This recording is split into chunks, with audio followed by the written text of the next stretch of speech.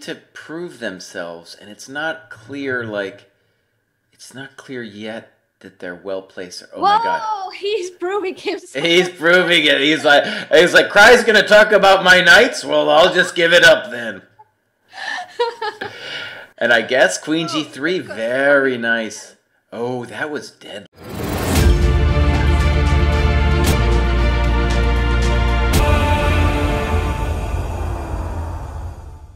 To cover the next round of our matchups here in the Pro Chess League, and we've got a couple great matches. Anna, why don't you tell us about them? Well, first of all, I think we should announce what everybody knows by now, that Magnus Carlsen is going to play today for the Norway Gnomes. That's right. And we will also have a close look at the matches between the Mumbai Movers and the Estonia Horses, the top two teams, as well as the Delhi Dynamites, shared second place, facing the Armenia Eagles today. Yeah, it's going to be great.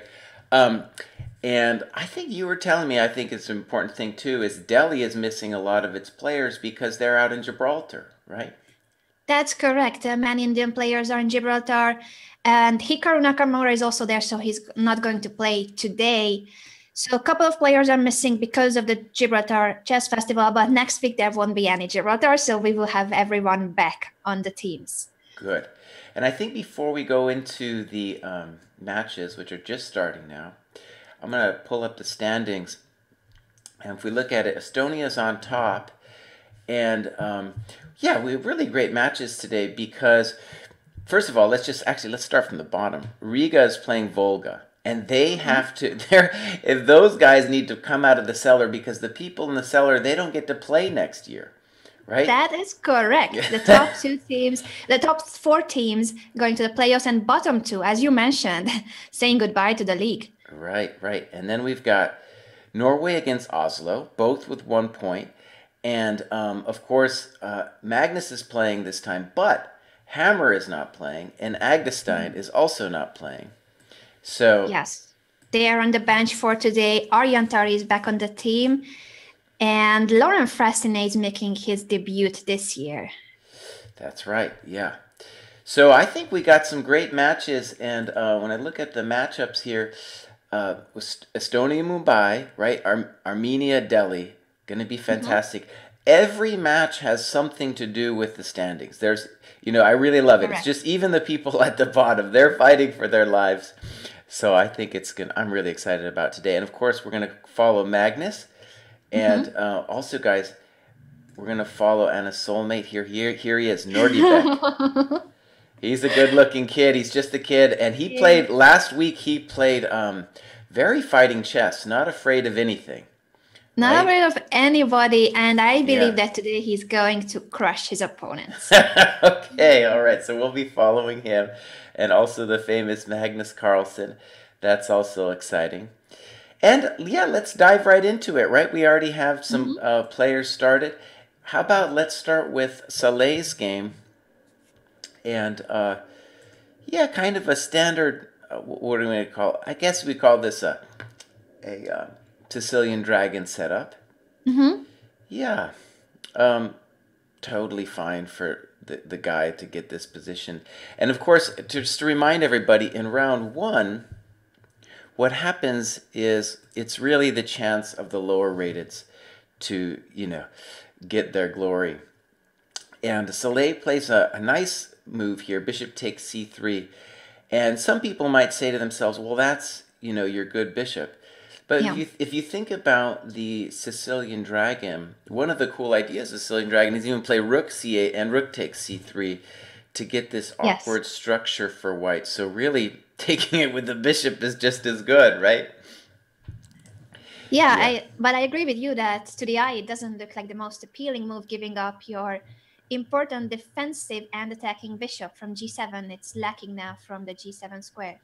That's right. But destroys white's pawn chain. So pros and cons for bishop takes c3. How do you like it personally, Jesse? Well, I think one of the interesting things in my own chess education was just realizing how powerful that exchange sacrifice rook takes c3 is in the Sicilian Dragon. It doesn't seem like it'd be that big of a deal, but it's not just that the pawns are weak and like later we can take him. It's that he's very immobile. It's hard to get a plan going for white. And Mhm. squares like c4 are really a drag for black, you know? And there's no danger on the king side on those weakened dark squares. Right, though if we were giving white advice now, we'd have to tell him, you need to start some drama. You need to start some kind of drama over there because black is going to make progress on the queen side. That we know. He's got several moves to do it too. He can start off with knight b6 next or knight e5. Both of those look like fine ways of starting counterplay. And the bummer for white too is at some point black can always just play e5 and lock the structure down, right? So there's no big play on the dark squares. Yes, ideally white would love to open this position, but as you mentioned, if I can fix the pawn structure, and we shall see if Artak Manukyan could upset board one of the dynamites. How about the rest of the board? Shall we have a look at board two? Sure. So here we have Petrosian against Suri. I hope I have that right as the board too. Yeah, what do we have here? Oh, What was this opening? Queen's Gambit? yeah, let's look at this here. So d4, d5. Oh, he played this weird a6 move on move 3, which I think is actually okay to play a6, even though it looks so strange. Because generally that move is going to be useful whether you decide to go to a Tara structure with c5 or even if you play c6, it'll still be useful. It's definitely weird, there's no question. Yeah. And I like what white did. He said, well, if you're going to waste a tempo on a6, I'm going to play e4 and break it up. And definitely white has got a small edge. Something I was thinking about before the matchup today, Anna, was that with blitz chess, you know, or speed chess, or whatever you want to call this format that we have, it's a real advantage, I think, if you can play slightly offbeat variations, right? And I think that's what we're going to see from Magnus, too. He'll play like, especially if he's black, he's just going to want to get some position. And so he's going to be willing to suffer some kind of small disadvantage. Like Yeah, here, just to make the opponent think in the opening as well, waste time and then have time as your ally, as he called it. That's right. And that's a strategy, certainly, for this format. I think you are right, Jesse. Right, right. It makes it, I guess that's one of the appealing things about this as well.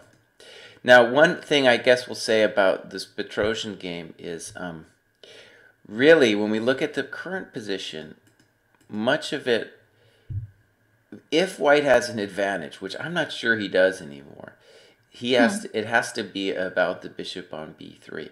But honestly, it doesn't look like the last couple moves were that exciting for white, right? No, not really. Having to trade on d7 is admitting that the whole point of this knight e4, knight c5 was actually a waste of time. Right. And black's bishop f6, I'm sure is fine. Also, cd you could have played too. It's not like there's some huge recapture for white. Queen f3 is a nice move, you know. So we're saying if cd, I'm going to play bishop d5, and I'm really trying to say I'm going to play on the light squares.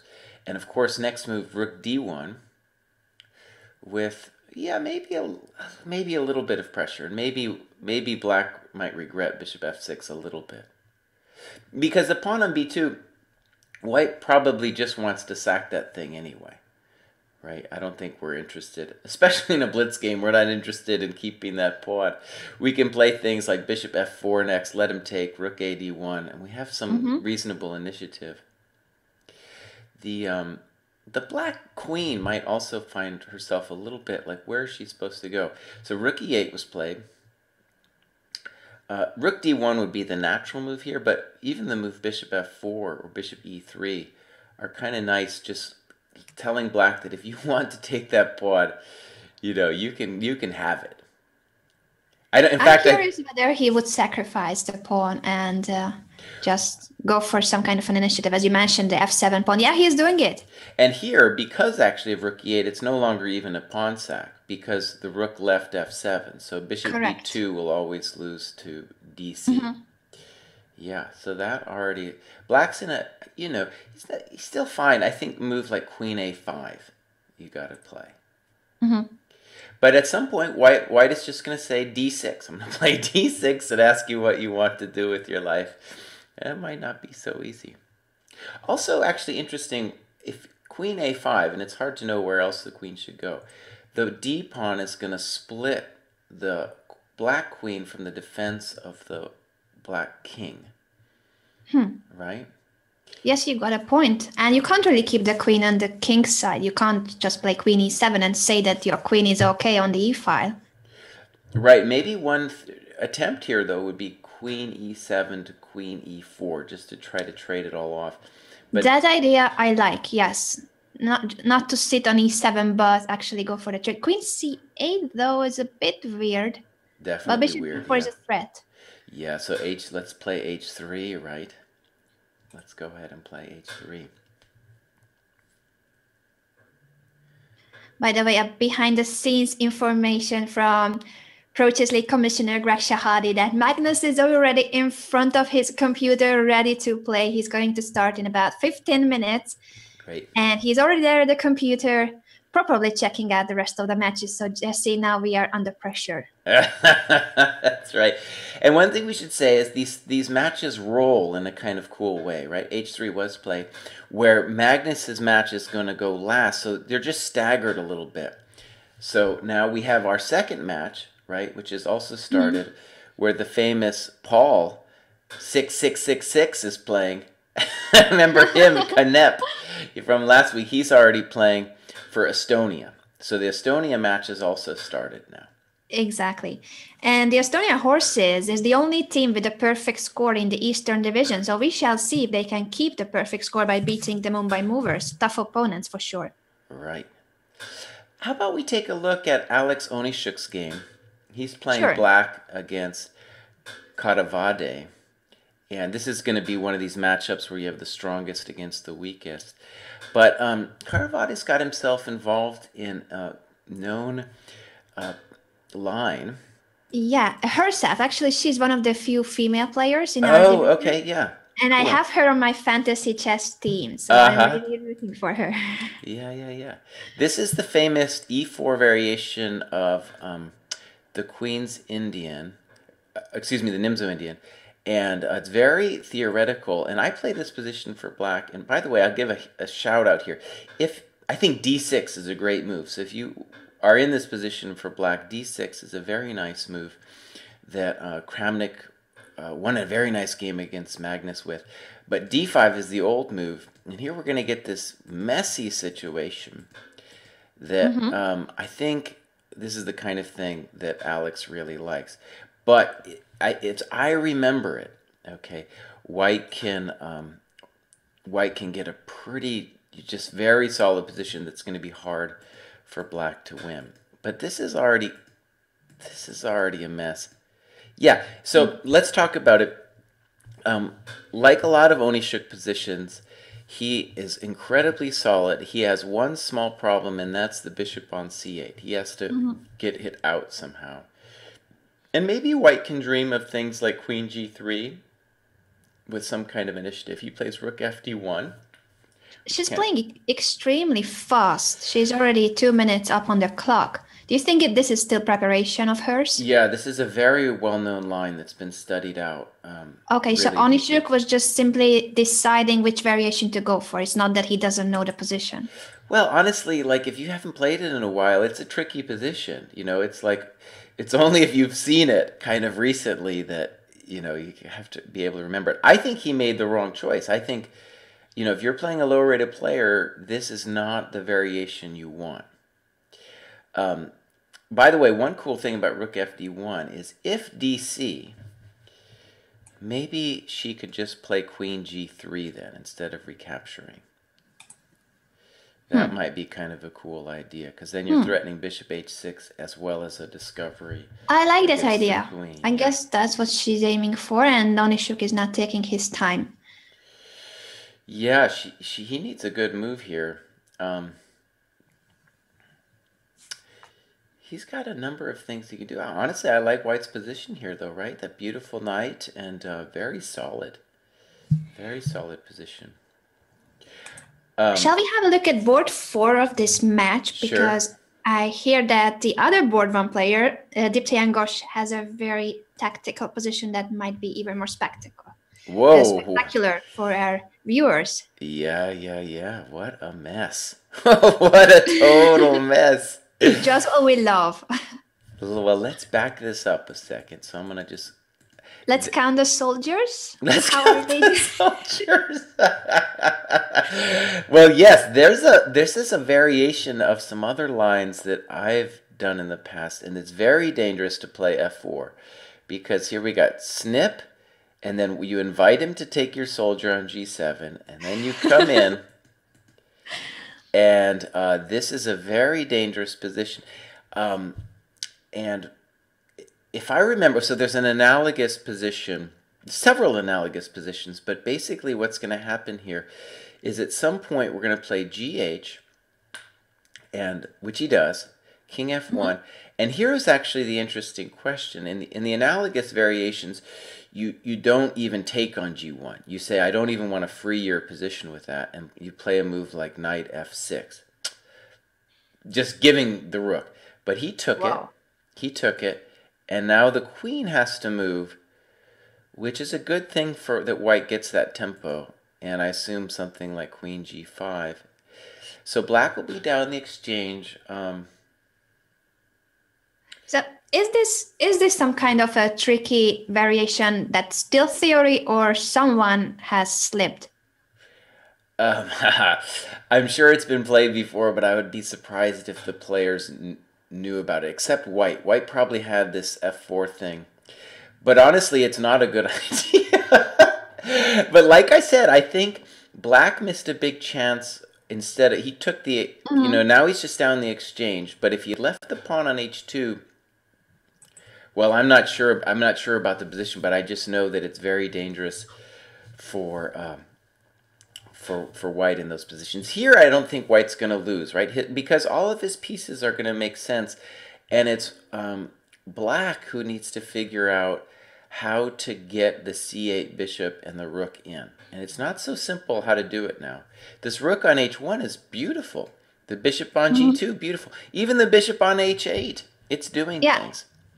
So I would expect knight c3 here, and this would be a big blow. This would be a big blow. Yeah, this could be a big upset, and Sander Cook seems to be more prepared, at least in this variation, than his higher-rated opponent, the board 1 of Mumbai Movers. This could be huge if he didn't remember that h6 g1 might not be the best move in that position. Right, and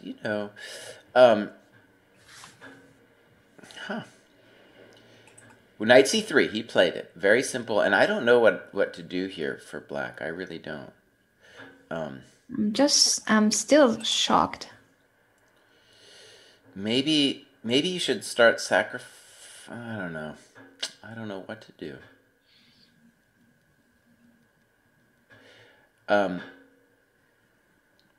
Just to share the variation that's very analogous, it goes like this. d4, e6, c4, b6, e4, bishop b7, bishop d3, f5.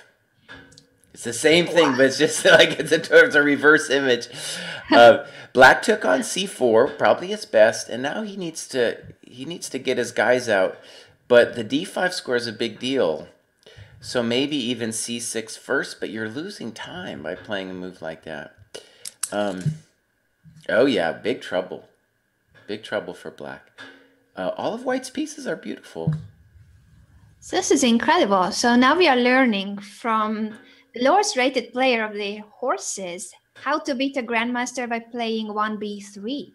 That's right. And like, why do we study theory at all?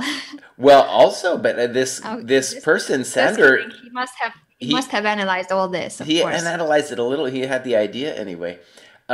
And actually, let's go then. There's a second upset brewing then, because your friend here, Aisha, she looks like she's got an interesting game.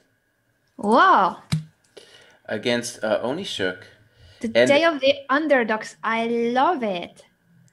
so, what How happened here? unpleasant for black.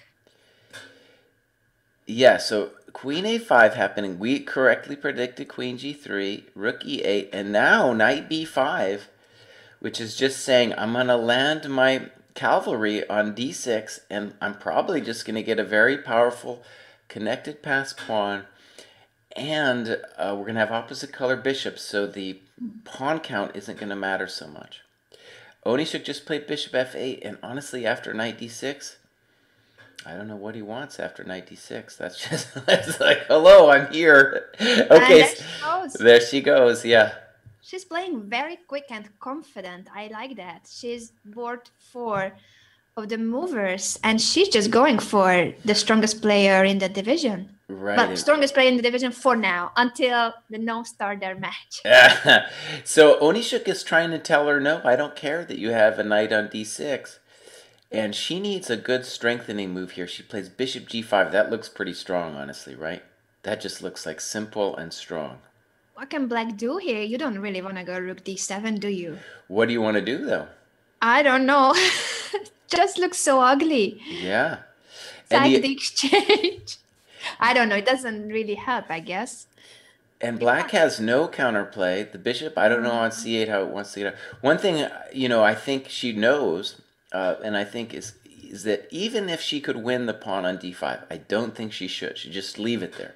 Yes, exactly. Now, yeah. I was thinking, if rook d7, what do you think about knight e8? Like some kind of knight f6? Oh, interesting. Yeah, that's interesting. Another idea she has too is, so let's put an arrow for knight e8. I like that. And another idea, now that the bishop's off of f4, she can think of rook d4 to swing the rook over to the king side too.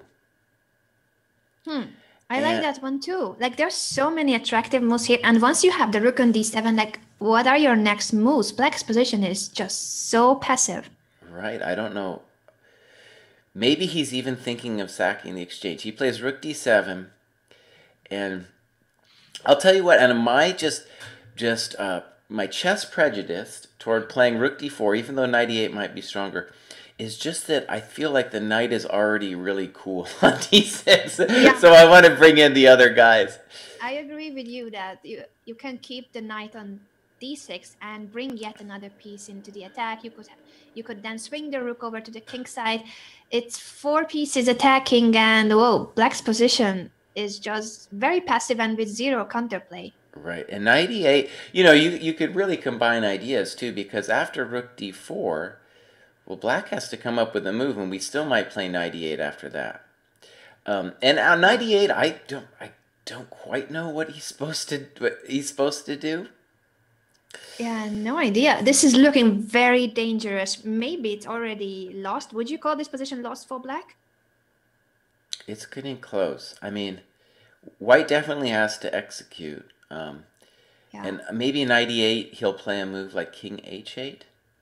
And then on knight f6, just move the rook. Honestly, too, the knight's so strong that, and maybe already he should have been thinking of sacking the exchange, because you're in big trouble now. Wow. Yeah, those of you asking in the chat, by the way, we are looking at the chat on chess.com/TV and on Twitch as well. So talk to us. Don't be afraid of us. Those of you asking about the ratings, these are their FIDE ratings. This is their classical chess rating, what you see next to the names. Right.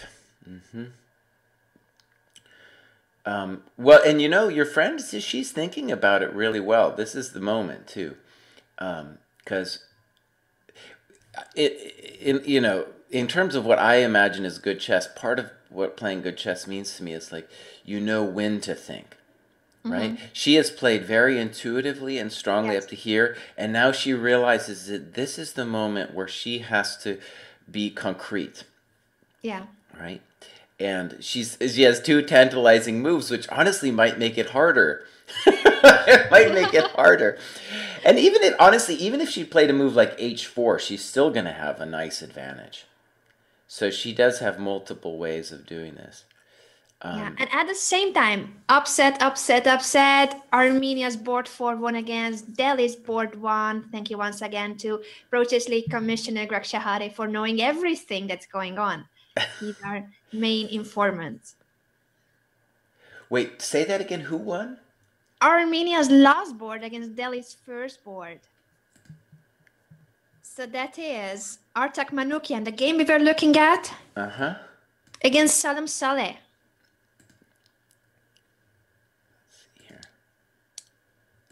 I don't know if we still have the board. Oh, yeah. I know. If we can go back just very quickly to show the last position. If you still have it. No, it's gone. It's yeah, gone. Sometimes happens once the game is over. Don't worry. You guys can check it. You can just click on the follow all or follow your team button on Chess TV. By the way, let's take a look at your child. No Deerbeck. No Deerbeck. Yeah, I'm gonna put his picture up here real quick. Look at that kid. Please. What a nice kid, huh? No Deerbeck. Yeah, he's playing Meskovs, and this is the battle at the bottom. And it's funny, that team that Deerbeck's playing on, that's a good team, but they're doing so poorly, as well as the Riga team. What do you think about his position here? Well, I don't know what to think. Let me try to understand. It looks pleasant for white, doesn't it? Yeah, I was just hoping that we see some kind of a hidden resource. If not, I like white's position too much. More space, more active pieces. This long diagonal is unpleasant. Mm-hmm. I think that the kid has a clear plan, though, in the sense that, we have a Catalan-like structure. The pawn on c4 is technically weak, but what it does is it controls squares like d5. Mm-hmm. So black's pieces are a little funny right now, but if black can trade off a couple pieces, that pawn on c4 will become weak. It's hard, though, because there's so many nice moves here for white. We have knight d6, maybe just some random queen developing move. And whenever you move the knight away from c6, the knight e5 is going to come. Yeah. So that's just hard. Checking back briefly on the Onishuk game, but sure. I don't think there has been any development. Oh, yeah, there are lots of development. No, we've got a bunch of moves. I don't see them. Oh, she played knight after d7. She played knight e8, f5. Yeah, now I see it. I didn't have it updated. And Onishuk kind of lost his mind there with f5. That can't be right. Ef g6. Oh, she's winning there. Wow. Oh, wow. Oh, she's killing him. She is totally murdering the guy. Another upset. What a start. Okay, let's just say, though, this isn't over yet. And maybe by grab... So one thing we said was, if she could, don't grab the pawn on d5, because that's going to free the bishop on c8. Mm-hmm. So the problem here for her is, unless she mates, there's going to be kind of a problem. And I guess the first question is, well, what does Onishuk even do after rook d8? Like, what does he even do after rook d8? It doesn't seem to be a move. He's all pinned up. And I know, Greg, this was my brilliant pick for the fantasy team, but it's thanks to my Twitch community. They made me pick her. I'm winning. But, she didn't do rook d8. She played knight e4. Come on, Isha, please. She played knight e4. Wait, she wants bishop f6. But bishop f6 isn't going to crush you, really, right? It's not going to end the game. Yeah, maybe queen e5 she's planning.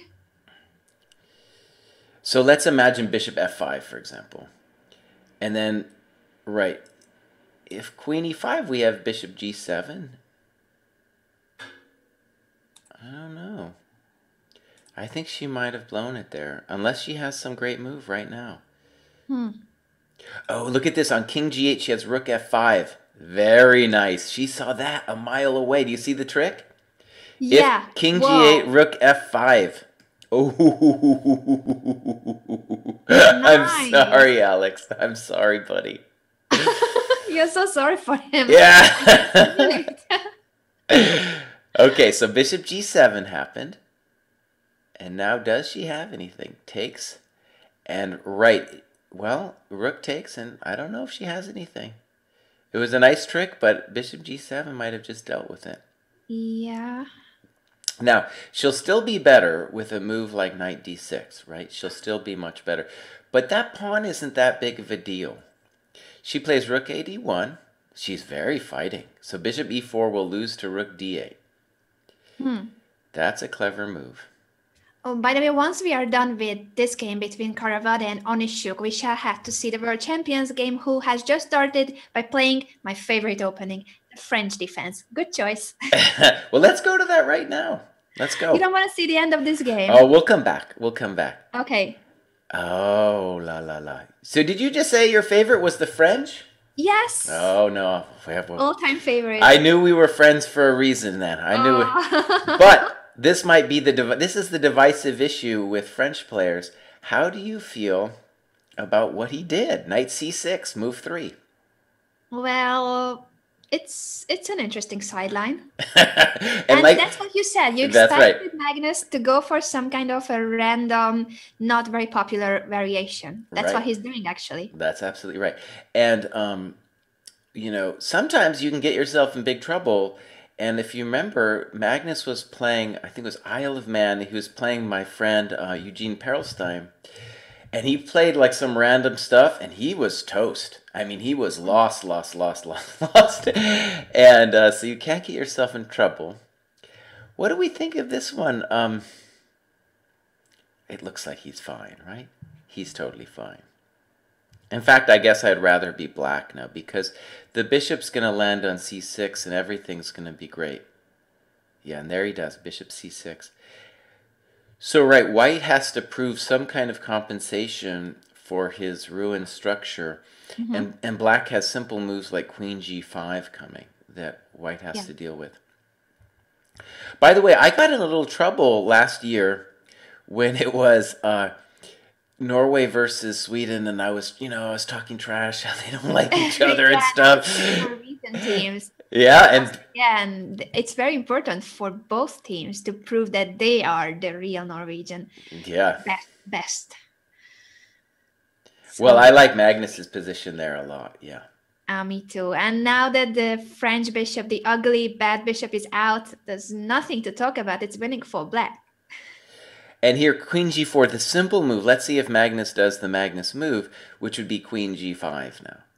You think he will? Well, it's just a beautiful endgame, because if you take, the rook comes out, and my bishop's on c6. There it comes. Oh, maybe I know Magnus. Maybe I know this kid.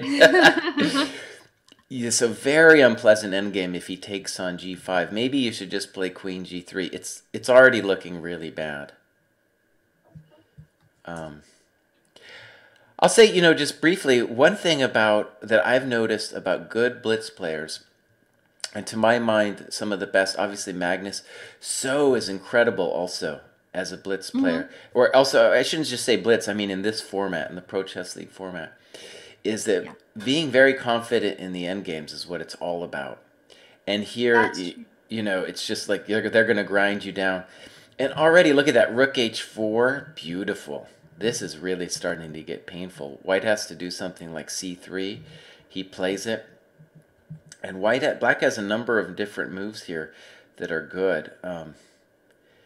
At some point, just castling is going to be a big deal, because you're going to play rook h8. But you could start off with, I'm going to say he plays bishop e7 first. Now he plays a6. Now, sometimes maybe you'd be upset by a6 because it's going to allow bishop b6, but the rook on h4 is pinning the bishop. So White's bishops are really terrible. The one on d4 is kind of a pawn. The one on bishop c4 is just like a problem. It's just a problem. And I think Magnus's plan is pretty simple. We're going to castle long, and we just have a great position. But rook h8, rook dh8 is going to be the ultimate dream, where we're just going to play for mate, honestly, right? It's even though the queens are off, we're still going to play for mate. Yeah. I like how he's dealing with this game, and this is typical Magnus style, as you have mentioned. Now, Matt from the Chess.com team. So we Mm-hmm. have a very professional behind the scenes stuff. Of course, he's also informing us that it's important to note that the Oslo Trolls are basically made up of Norway Gnomes. So last year, the Norwegians had just one big team, many players on the Gnomes, and then some of those players formed their new team, the Oslo Trolls. So this is a kind of a revenge. Okay.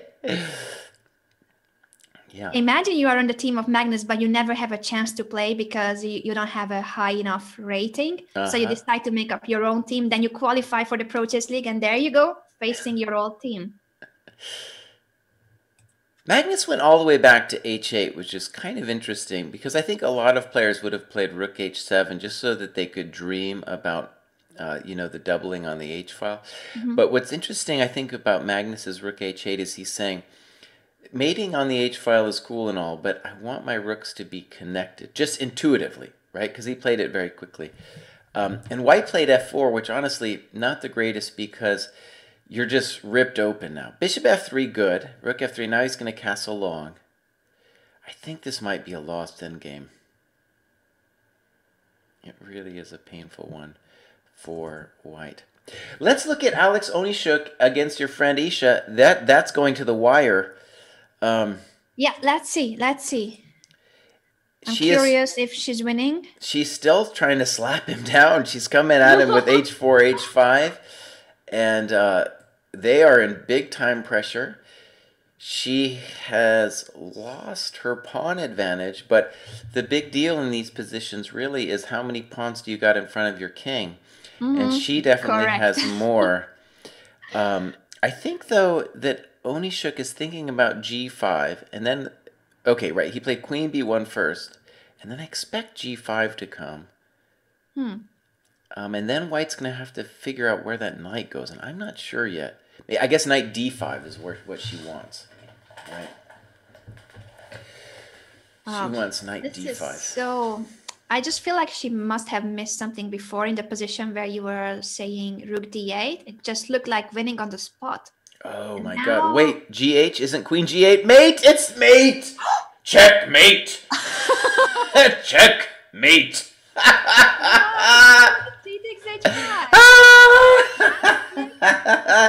Checkmate! Checkmate! Was that a mouse link or a complete blindness? No, that was he was thinking that G6 was his only problem. He wasn't seeing G8 at all. 2700 Grandmaster. Oh, he's not going to... One move blunder. No one's going to let him forget that. No one's going to let him forget that. Wow.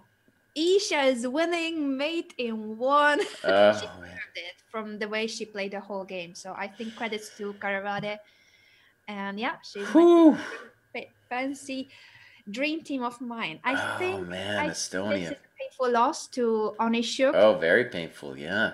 And the horses who were leading so far might not win today if they continue in this shape. In fact, I'll just do my impression of Onishuk because I've done this myself. You're sitting at the board and you think everything's fine, and then Queen G8 happens, and then the computer screen says "mate," and you're like, "Oh, what happened?" I've had that, and you go like, there's a moment of dyslexia, and your body doesn't even feel its muscles anymore. It's your worst nightmare. Let's look up briefly at Mr. Elam. And he is playing board one. He's playing board 4. And last week, I think the big problem with the Gnomes was Elam was just down a piece every single game.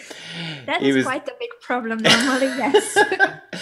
And here, what's going on? I guess he's got a worse position. He's got a funny knight on h2. It just looks bad, doesn't it? It just looks like a bad position for him. But I think what we're going to see is he needs a good game. I mean, he needs a good couple. He needs 4 good games. And, this is the whole gambit that a lot of teams do where they'll say, let's put a talented junior on board 4, and we're going to say that the kid is underrated. And, to hope that he's then going to, really make life easy for the rest of people. And he just sacrificed a pawn on f5, which is kind of interesting. I don't think it's going to work. F5. He's playing in a very creative way now. The question is, what Dirk with the d3 pawn also about to drop. Yeah, it looks terrible. I don't know what happened. Queen e6, and I think you're just losing now, right? Well, maybe he was over And creating these threats and trying to be too creative, too original. so, okay, he plays queen f2, so he's going to be, I mean, part of the problem is with the unopposed light square bishop of blacks, right, is going to make any attempt of white mating black basically impossible. And in the meantime, black's just going to start hammering on the d file, right? We can play like rook d3 next and rook d8. You said hammering on purpose, right? Yes, always hammering on purpose. It's hammer time, by the way. Those of you who just want to see the gnomes commentated by their captain, John Ludwig Hammer, he's also streaming now about the match. That's right. Why? Now help me understand. Why is he doing that but not playing? I don't understand that. Why are you sitting on the bench, man? Okay, now Mr. Ellam's opponent just took the pawn on e4 and basically saying you can do absolutely nothing. You know, you could have left the pawn there too and played rook d3, but he just took it, and that's just evil because now unless Mr. Ellam finds something, the pawn on f7 is going to appear on f5, and that's it. We're going to go to sleep. We're going to go to sleep on that one. Yeah. All right, let's look at Magnus's game. Magnus is up on time by a big margin, totally winning, right? Yeah. Totally winning. As we expected, this is the kind of evil stuff he does. We've got pawns on dark square. He's up 2 pawns, pawns fixed on dark squares. Up on material, up on the clock, and he's Magnus Carlsen. I think this game we can claim that he's winning unless he blunders a rook. Right, as we sometimes say, he has the pawns and the compensation. Right? So yeah, v5, very simple play.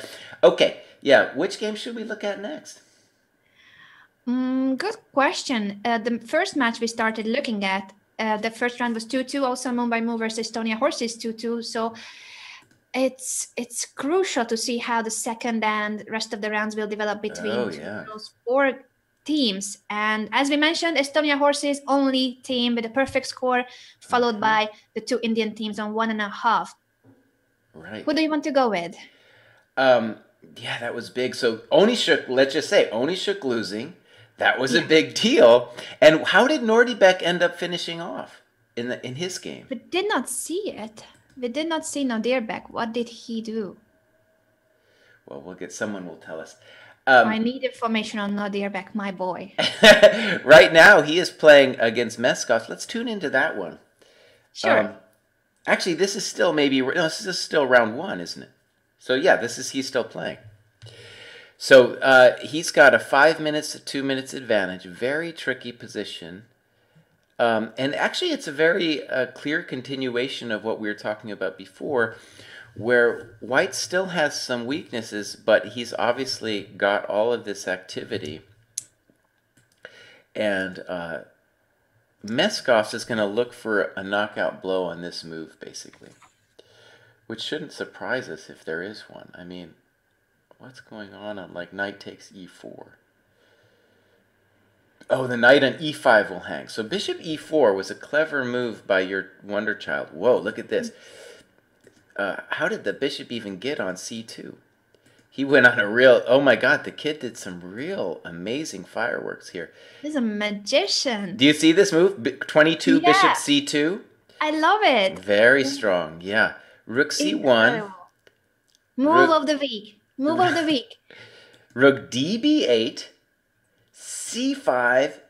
Bishop e4. Okay, black just played c takes b6. And that might be a problem. That might be a problem. You only get the move of the week if it works. So let's see. The problem is if queen b6, then knight e4, and... Oh, but look at this. Look at what the kid could do. I don't know if it works, but it would be queen e6, knight e4, knight e4. Now the rook on d2 is hanging, so you got to play rook d8. But then in that moment, the f2 pawn is hanging.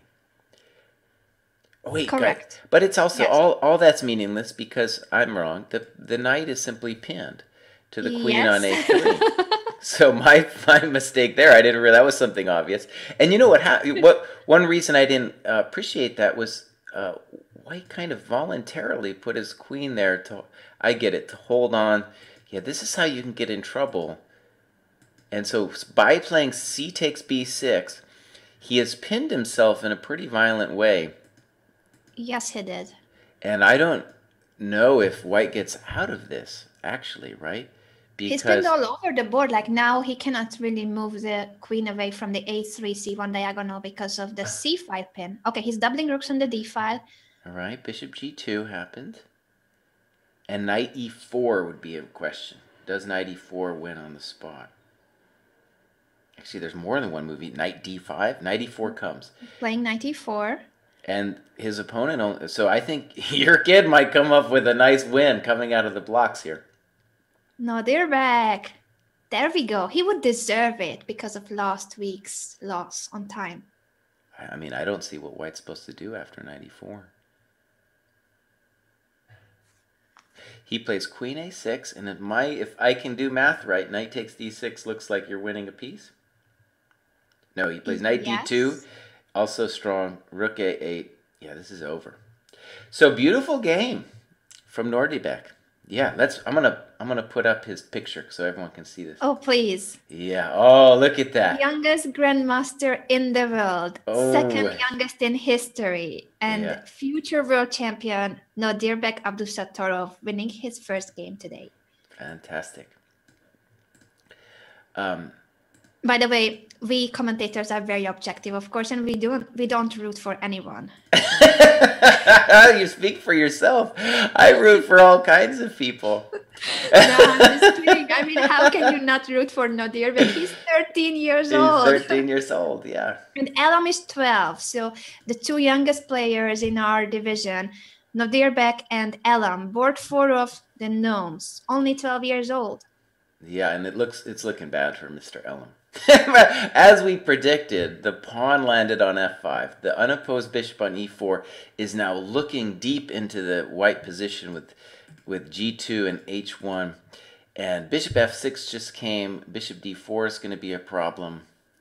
Mr. Elam, I don't know what to say, buddy. It's looking bad. Bishop d4, that's the real thing right there. And things like rook d3 are going to come later. Yep. Whew.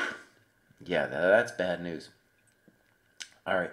Yeah, I don't know what's going on with Mr. Elam. You know, I really do believe that Carlsen is watching all of the games of the top Norwegian youth. And I assume that, you know, maybe this is just my imagination, but like to play on Magnus's team, I feel like you got to have his okay. He has to say, I validate you. You know, you are amazing or something like that. You've been validated by MC. That's right. So, by the way, yeah, sorry to interrupt you. I just wanted to mention that this -0.5 point for the Volga Stormbringers, that's a penalty because they made a last-minute change on their lineup. So one of their players couldn't play today, I believe. Oh, thank you. Yeah, I didn't. Okay, good. So if you like do a last-minute substitution, you get penalized. Yes. Okay, that's interesting. I didn't even know about that. In Mr. Elam's game, Bishop C3 was just played, so it looks like Mr. Elam's just going to lose an exchange here. Oh no, we are starting again, dropping pieces. Poor Mr. Elam. Mr. Elam. I like his name. All right, so Magnus is... Okay, so in terms of this match, we have Magnus is winning. Magnus won. Okay, let's look at board 2, Fressinet. As a complicated position, looks like it was a... No? What was this? Oh, it was a King's Indian. Well, it looks like black has a fine position, right? And he's got... Oh, he's also playing some child. He's playing some kid. Oh, but his... well, how old is he? I thought he was not that young as Elam and Nodirbek, but I might be wrong. And now the chat is informing me that Elam is already 13 as well. So these boys are growing up so quick. 13. Yeah, too Very old. old. Very old. Very old. So I like Fressine's position. Let's go to the other game. Oh, that's not so. Wait. So, maybe. So Norway's at 1.5 to 0.5, and really we're just talking now about this game with Fressine is going to be the decider, where, yeah, well, he should win, and then Norway should be doing great, right? That's it. They should be in position. I like his position, honestly, because the light squares are funny, and the bishop on f4 might find himself a little lonely, right? He's blocked in by his own guys, and something like f6, g5 might have to worry him. And the rook, it's a little bit unconventional what he did with rook b5, but it's got to be okay, because later you can land on b3 if you need to. You can play a4, and the b2 pawn is just a problem. So I like Fressine's position quite a lot. Yeah, just an information on Christian. I wasn't incorrect about his age. It's just the picture. He looks very young. Picture, yeah. He was born in 1998, so he's not that young as it 1998. appears on the picture. Oh, right, yeah, he's not. I think the picture is just there to mislead everybody. Yeah. Good strategy. It's a good strategy. Yeah, it's a good strategy. Okay. Let's look on Mr. Beck 1. Yeah. Who is also Nordy Beck. And it was just now that I realized that his tag of Beck 04 is actually from Nordy Beck. So maybe we should call him Beck. But Beck. Beck, yeah. We call him Beck. Yeah, we've got all kinds of games here. How about Saleh? Let's take a look at Saleh here against Petrosian. Very complex position. They played a King's Gambit.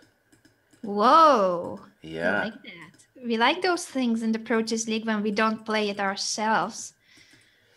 And it was kind of a typical thing here where white gets this huge mass of pawns. And in compensation, black gets a beautiful position. So very spicy position. Whoa. G4, 17, G4. Wow, very nice move, 17, G4. And, wow, very spicy. So, rook takes F4. There was a question of what happens on bishop D2, forking the rooks, and I don't even know. But he didn't do it. He played G6, rook C2, king G7. Rook G2, what a mess. What a mess. So obviously we're threading rook F5. This is kind of the kind of weird stuff that King's Gambit players play this opening for, right? To get some very strange position, and where it's kind of like a central addiction. Like you're addicted to controlling the center in kind of a strange way, and you don't care if your pieces get weird.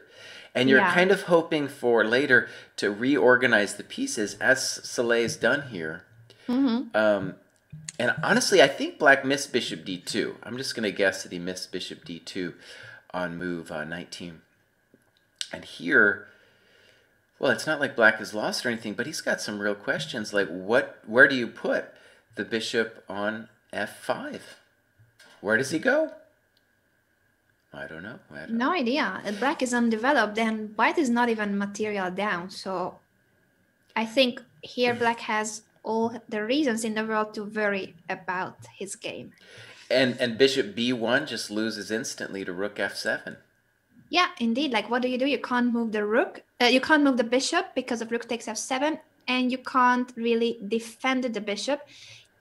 King h6 can't be played. You can't move to... Well, there's no square, king f6, but that looks like lost. f6 he's pushing. f6 he tries, and rook f5 comes instantly, and then de, and this looks... Yeah.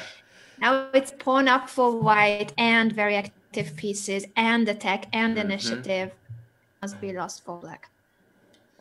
Yeah, and later, we can play e6 and bishop b2. Yeah. And e6, bishop b2, rook f7. He's gonna wow, get mated without queens on the board. very nice game. I would say, you know, Greg is listening that this game, unfortunately we didn't get to cover it from the beginning, but this should come into consideration for one of the best games of the week. Very exciting play by White. I really like it when, you know, I don't like to do crazy things myself, but I appreciate it when other people do it. You I know. agree with you. Completely agree. So that rook e8, and I just think e6, and we go to sleep after e6, right? Look at that. There it comes, e6. It's resignable.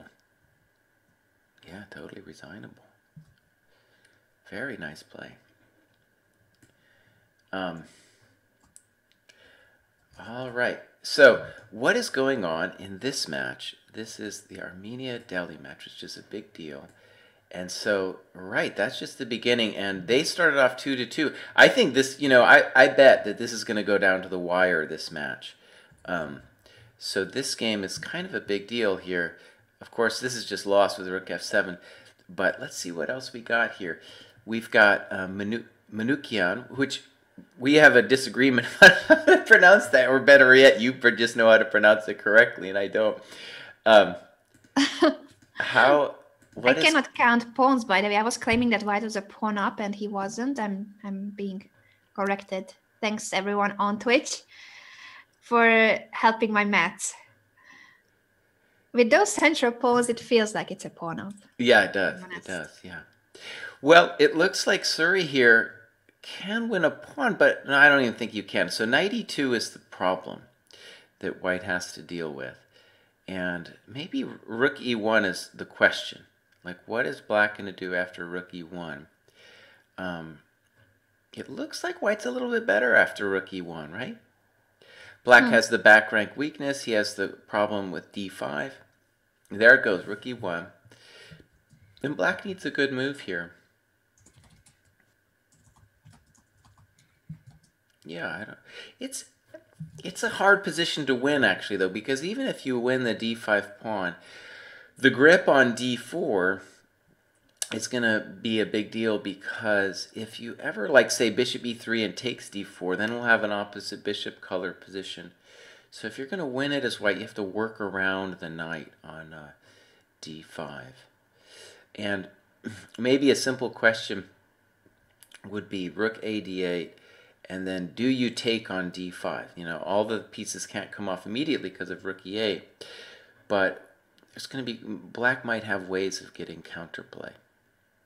Because once you take on d5, you liberate the black rooks, of course, right? So it could go rook a d8, rook takes d5, and maybe a move like g6 or h5. Yeah. By the way, Jesse, if you want to see another exciting game, Let's rook see. and knight versus rook. Okay. In the Dudukin game, Kovalenko versus Dudukin, move 112. That was Greg's information about 20 seconds ago. Oh. Which game was this? Kovalenko Dudukin.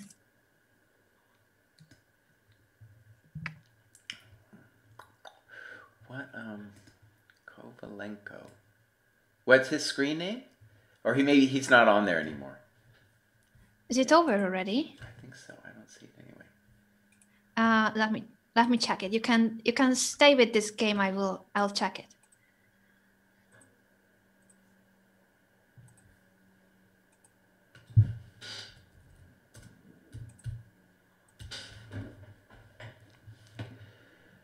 Okay.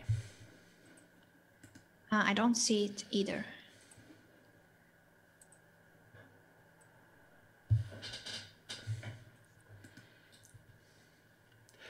So the Manukian game kind of happened as we expected, and Black I think he kind of got a good break, because we're headed to this opposite bishop situation, and White is still definitely better, but the opposite bishops at least give Black some chances to hold. I think rook c1.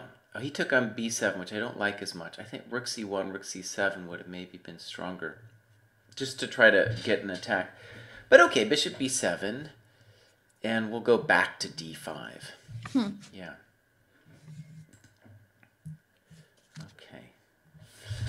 to try to close my blind a little bit. There we go. Yeah, we do everything we can for you guys. All right. So, great. We're waiting for Magnus's game to start, right? Yes, he's going to start very soon. Let's check in on Onishuk's next game. He's playing Kunta, and he has a very Onishuk style of position, where honestly, I think black is fine, but Onishuk has got the unopposed bishop on g3, and that's what he's going to claim, you know, compensates for the weaknesses. And also, black should be very happy about his control of the e4 square. Honestly, I think black is fine. You know, he's going to play some kind of piece to e4 soon. Onishuk just played knight e5, bishop b7. Yeah. Bishop e4 was also playable. Maybe you should have played bishop e4. I liked bishop e4, yes, just to try to get rid of the pair of bishops and this tension that white's pieces are creating. By the way, what do you think? Is Onishuk still thinking about the previous game, or he's good at forgetting what has just happened? You'll never forget that one. He's never gonna forget that one, man. He's still got the jitters. You know, he's still got the jitters from when he got nailed like that. So what does it help him in this moment? Like, do you think that it makes him even more aggressive and going for the win, or he's still like, how could I lose that game? And that would make him play somewhat worse chess than what he would normally be capable of. I mean, I know Onishuk pretty well, and he's a very professional player and better than most, I'm sure, at putting that away. But it is just a really terrible thing to face. And you know what? Actually, I made the same mistake as you did. Onishuk is up a pawn. Oh, yeah. I didn't even notice. Our mats today. And it's a knight. I don't like what black did, because f3 is just a nice pawn move to both give your bishop a little bit of space to move and to blunt the bishop on black's light square bishop. And so, yeah, Onishuk looks like he has a very nice game here. Especially now because the bishop on b7 is so poor.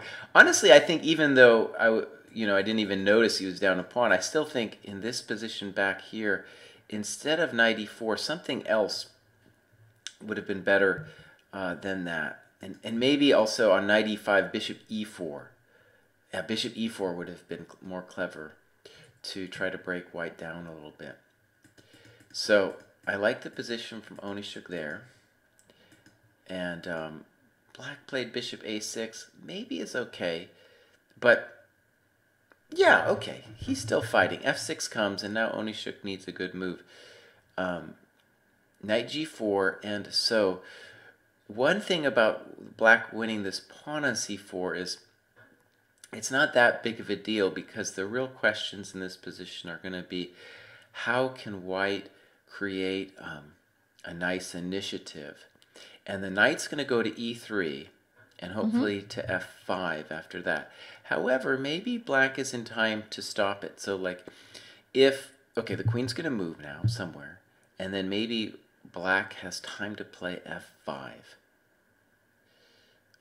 It's still like, not. It doesn't matter where the queen goes, you would want to push f5. Well, if I don't, right? If I don't play f5, Onishuk's going to play knight e3, and then either knight f5 or knight d5. That would be painful. So, yeah, white does seem to be better here. And honestly, one big thing, too, is he just has, as we've seen in other games, he's got more pawns in front of the king. And the pawns in the light squares are working really well against with his bishop on g3, and also preventing the light square bishop, black's light square bishop, from moving. However, Onishuk played queen e3, and I don't like it that much. We're going to see if he has some ideas here. He plays a5. I don't like this. I mean, imagine, what are you hoping to achieve? And also, like, where is the knight on g4 going if it wasn't going to go to e3?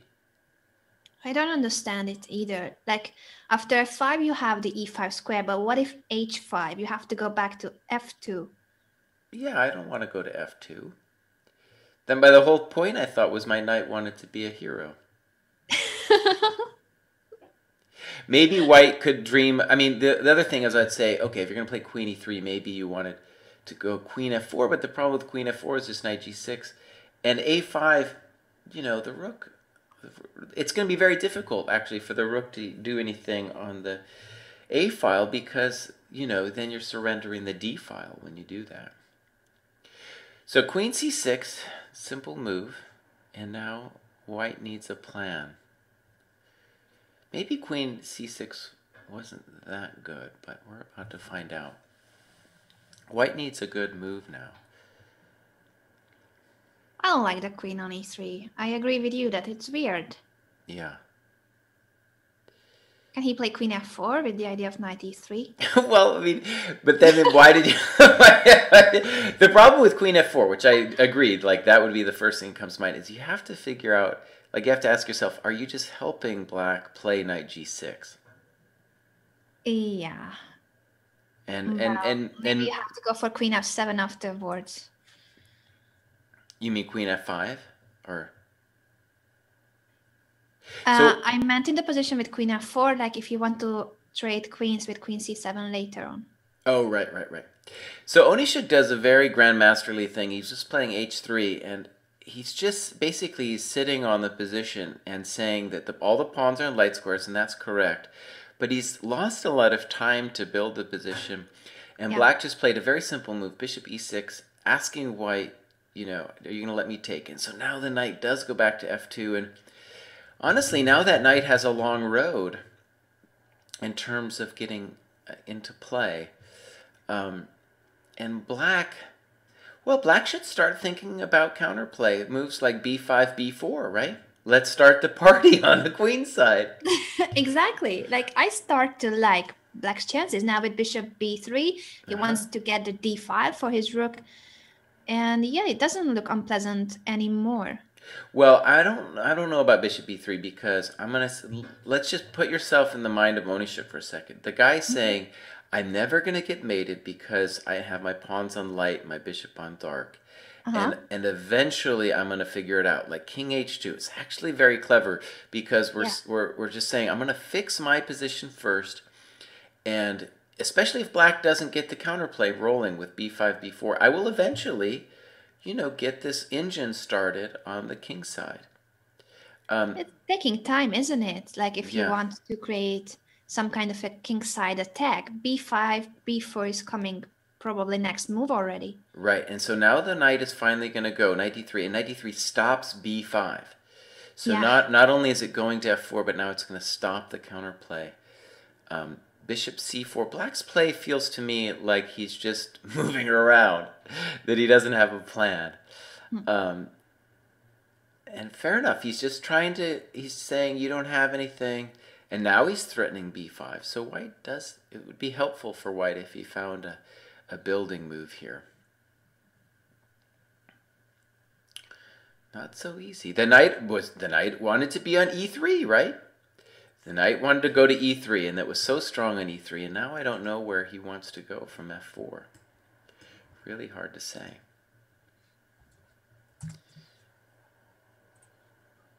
All right, Anna, you take over for a second. I'm going to take a quick break, and then I'll be ready for Magnus's game. Oh, you're leaving me. Just for a second. Just for a second. You're leaving me again. I'll be right back. What do you guys think? Now we have time to look at the chat because this is the moment for you to get your questions in regarding this position or the Pro Chess League, which is amazing, week 3. And Greg is with us in the chat, so just praise the Pro Chess League as much as you can to make sure that next year we will have yet another amazing season of Pro Chess League. I'm going to look at the position in the meantime. But I can't make moves on that board. I can't make moves. We are just looking at the board. I obviously like that the rook has entered the 7th rank. You always want your rooks in the 7th or the 2nd rank. But it just feels like he lost so much time having the queen on e3 and then having to place it elsewhere for the knight maneuvers. Black, on the other hand, he could have started pushing the b pawn earlier, maybe instead of bishop b3. Now I like white's chances again because, yeah, this is unpleasant. The 7th rank week, He's trading rooks, but then he will pick up the b6 pawn. Queen b8 check. And yes, if my maths is good, then it's a pawn up. You're good at. We're getting better. We're getting better at counting It's the a pawn. pawn up. And Black played this move. I don't like c4. Maybe he had to do it, but it's bad because now he's locked on the light squares. And this is the kind of position that you really don't want against Onishuk. It might be technically a draw, but it's going to be a long haul. And obviously Black, he's putting all his pawns on light squares. He just played h5. Not good. Not what you want to do. No, this one very bad for Black.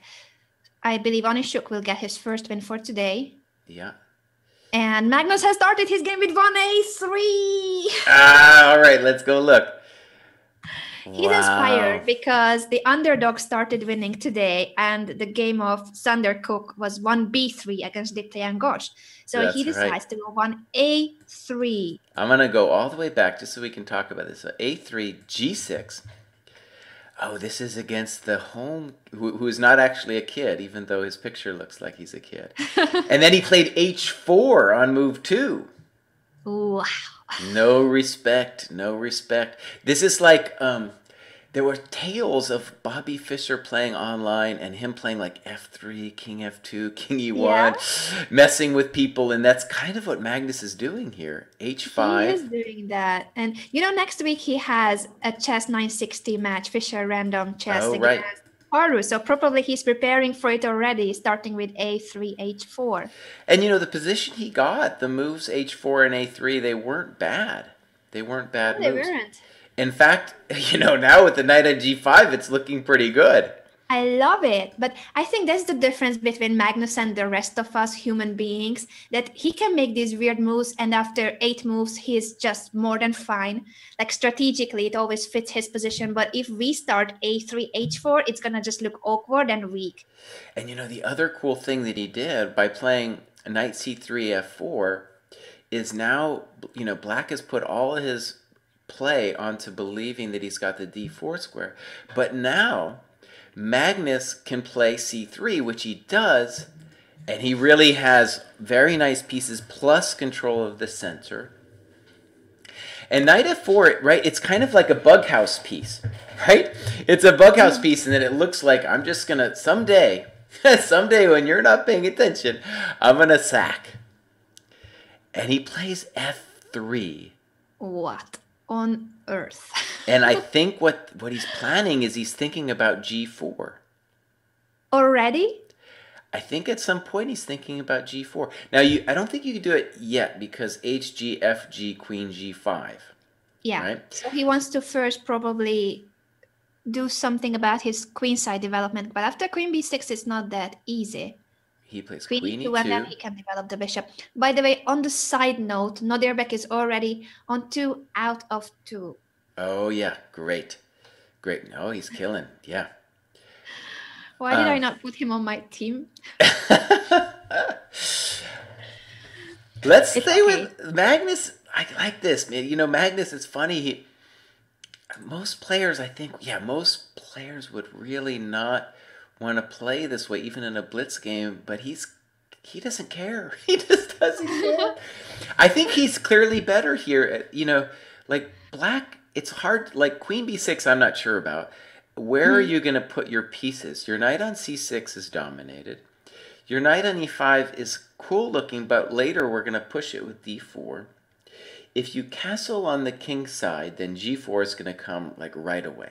It's going to come like right away. And the next simple move is going to be bishop e3. So if you play just bishop d7, which I don't know what else Holm's going to play, then bishop e3 will come and renew the questions for Black. And even, b4 could be played after bishop e3 as well. So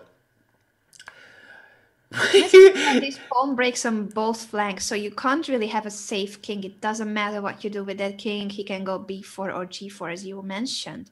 So not only, Anna, is it true that Magnus can beat the top players in the world down a piece, he can also start a game with a3 and h4 and be winning by move 14. Yeah. What a dominance that means. He doesn't need to use his theoretical knowledge, which he has more than anyone. He just outplays you with a3 h4. Wow. I gotta see if there's a tweet about it. You guys should use the hashtag ProChess if you want to tweet about the ProChess League. And I will retweet you, but there's no tweet about this game yet. That's so sad. How can you not tweet about this? Let me check again. Hashtag ProChess. Queen e2, the kid, he's not a kid.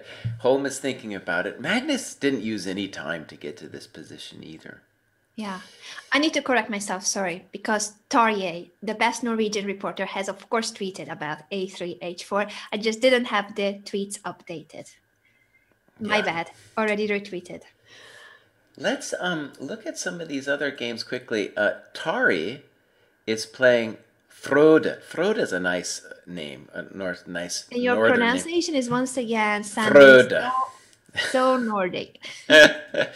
It looks like it was, some kind of Grunfeld, and very dynamic position. With Frode has to make a critical decision now about what to do. I think Black probably is getting, he plays Rook A E1, and what's good about that is at least you're preventing F5, because I think eventually that's what Black would like to do, is play F5. But Rook AE8 would be my first question for Black. These Grunfeld players, they don't care. They don't care that their king looks kind of funny and they don't have any pawns in the center. Yeah. It just always feels so weird, but you're right that the experienced Grunfeld players would not feel so worried as we do, like lack of space and weird structure. Right, and I think one thing you can say about Black here is he might be worse, but he doesn't really have any terrible pieces. Because the knight, no clear targets in his position. Right, and the knight on d6 will eventually get some space with f5. Mm-hmm. So if Rook A E8, I'm just imagining that's what's going to happen. There's other moves too. But Rook A E8, White needs a plan for breaking Black open. It's not so easy either. One idea could be that if, oh my god, A5 came, that's an interesting move, A5. So I assume A4, but then maybe Black will go for instant counterplay with B5. So totally different idea. But I think White still gets to keep the bishop on that diagonal. So let's imagine A4 and B5. White still has to find a plan, though, even though he gets to keep the bishop on the diagonal. Is it going to be, do you play F5, for example? Is that the intention? For example, Anna, maybe F5 just as an idea here for White. Not right now. I think you should play A4 or A3 first. Just to prevent A4 as Black, and then you want to play F5 as White. Right, and my idea just generally, he plays King H1, which I'm not sure I like. Because now the bishop's going to get pushed off that diagonal. Yeah, it allows A4. I obviously like this development for Black. As you mentioned, preventing A4 was perhaps a good idea. I think you need to prevent it because now F5, now we get to do it with no problems. Yeah. Right, and that's the standard plan that the Grunfeld players do. I feel like that it's interesting because it's an old plan, like... there's a couple old Botvinnik games where I don't know if he was the first to come up with the idea, but it looks really weird. But the idea of F5 is really a couple things. Not only are you grabbing some squares in the center, but your queen is able to cover the second rank, and of course you're involving your rook too. So it's really an active way of preventing yourself from getting mated, right? Because once you play F5, it's going to be a lot harder for White to mate you. And so I think, White blew it there with allowing A4. But if Black does not play F5 right now, then the good news for White is that F5 can come for him. Now, Queen C6 was played, which I assume is actually meant to stop f5, because if f5, then white could play, black could play ef, ef, and at least the queens come off. Mm-hmm. Probably that's what he wants, yes. Maybe. So, yeah, here's a moment for white of maybe being able to do something, though. I don't know about this. I really like the position after f5 for black, but here, like, let's say we even go into the endgame with e5. It's not like white's worse there, I don't think. It's kind of nice even, right? We get we control the light squares, and if knight f5, we can play bishop f2, and well, yeah, we're okay. Now, I don't know if he should play e5. There might be something better, but just the fact that e5 gives white a reasonable game in a position where I thought after f5 he should have been worse. So yeah, that's interesting. Let's check back in on Magnus here. Oh, things have I love developed. the tweets, by the way. Guys, keep up the cool tweets on Twitter, #ProChess. So Magnus did not play. Let's back up a second here. Magnus didn't play g4 as expected. Let's see how this happened. So we left He just it. castled. Well, black played b6, which is maybe clever. It's a little. What he's intending bishop a6. So he castled, which is going to allow black to castle, right? Because g4 is not going to be as strong. g4 still might come, by the way, but at least it's going to be less strong. a4, queen a6, and now queen d2. Okay. Well, white is still much better, and one thing that black has to worry about is b4 coming. Mm-hmm. Yeah, this queen is so weirdly placed. The black queen almost feels like trapped. Even if you don't win the queen, it's just a misplaced piece. Right, and if you ever move away from the square c4, then d4 is going to happen. Right, and that knight doesn't have anywhere to go. So the queen on a6 has to babysit the c4 square. Not pleasant. No. Not pleasant.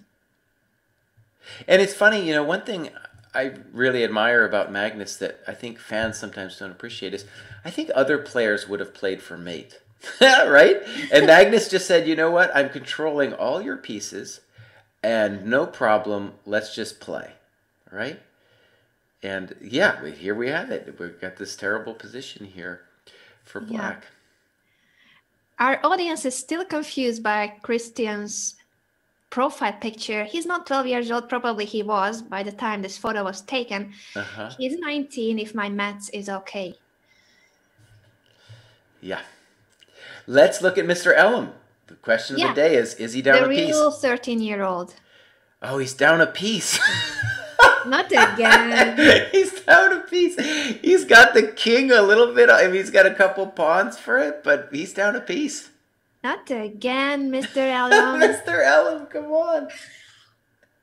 He's a talented young boy, but somehow he drops pieces.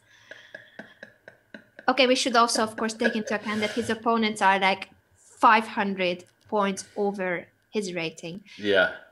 But still, we expect Ellum to do well.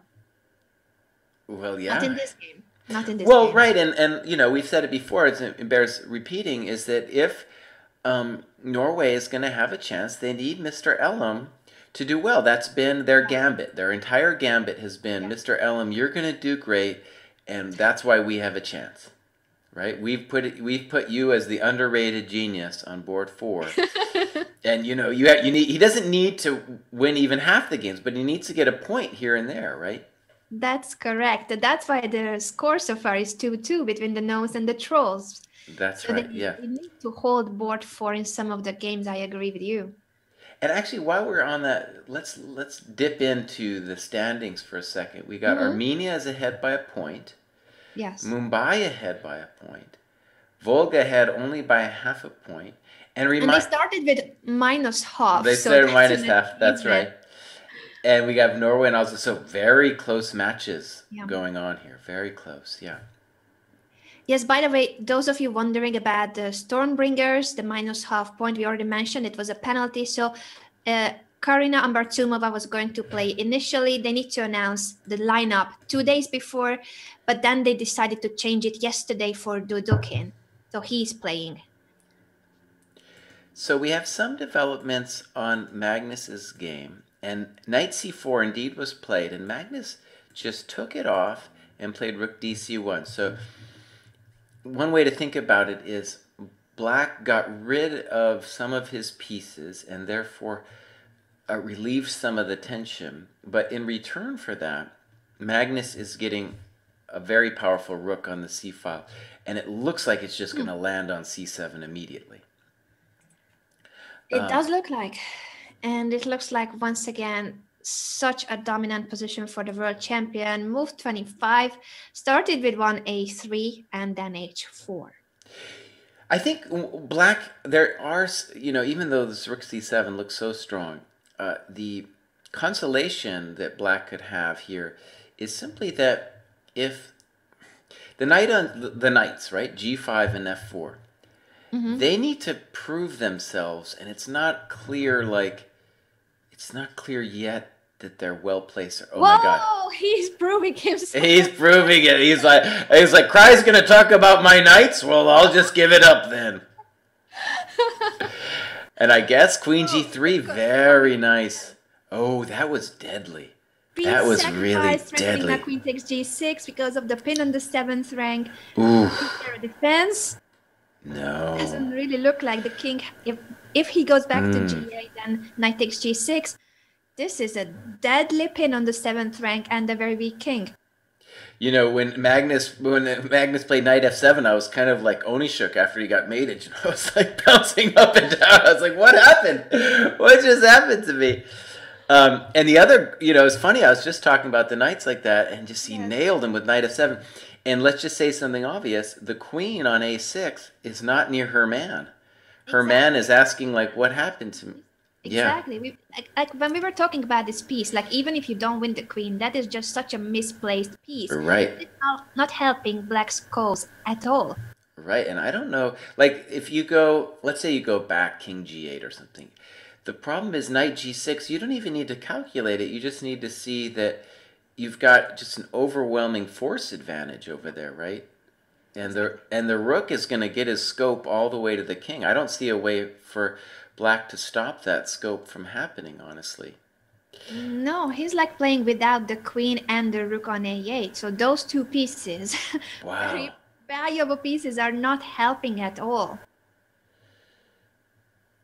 I mean, let's just say for home, it's obviously unpleasant as a chess position, but to be able to play the world champion and to see this level, it's a funny thing, obviously we've all watched Magnus play, but to actually play against somebody, I'll say from personal experience, you play some very strong GM, it's a different level of experience when you have your own ideas being measured by someone very strong. Right? And you feel it on your own skin. Right, I feel it on your own skin. That's absolutely right. Yeah, that's absolutely right. This looks over. Very nice. And Magnus has got a 10-minute time advantage. 10 minutes. And winning position. King f6. King f6. And, doesn't help. Queen g5. There might even be something more violent than Queen g5, right? Queen g6, knight h5. Yes, Queen g6, knight h5. It's mating too. Very nice. Oh, Magnus. I did my tactics today. That's I'm a lazy person to solve tactics, but... Yeah, that's a beautiful one. Queen g6. Will he play Queen g6? Oh, Magnus, you missed mated too, buddy. Oh, this is, of course, totally winning. Embarrassing. Embarrassing, yeah. Very well. It's totally over. Yeah, it's totally over though. And now just Queen h5 and everything's falling.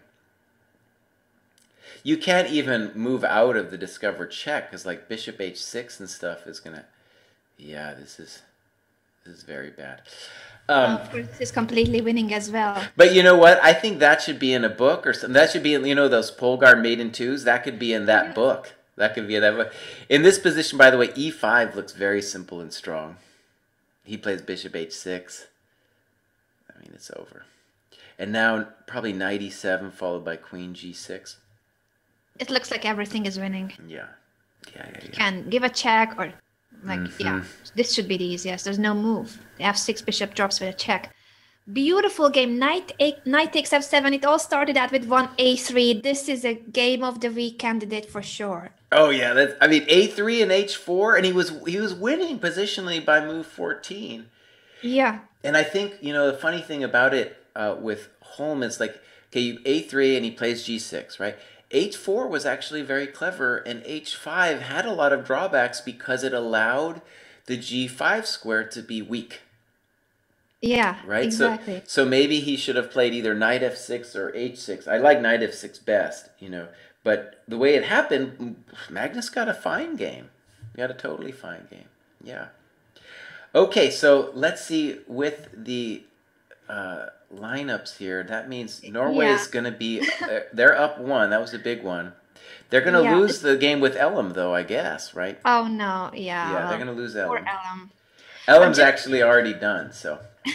I was just reading Greg's comment about Magnus's game. Since all the players need to play with their webcams on, they are connected to all players in a way. So Greg is just saying that he could just mention that he missed mate in 2, but he won't be that. He's the world champion. Let's take a look at Tari's game against Frode.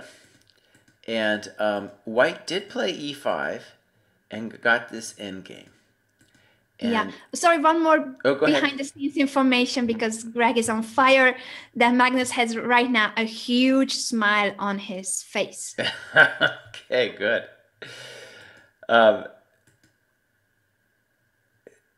Bishop d3 I didn't like from Frode. And so Frode's problem is he's got Frode. I like your pronunciation so much. Sounds like a real Viking.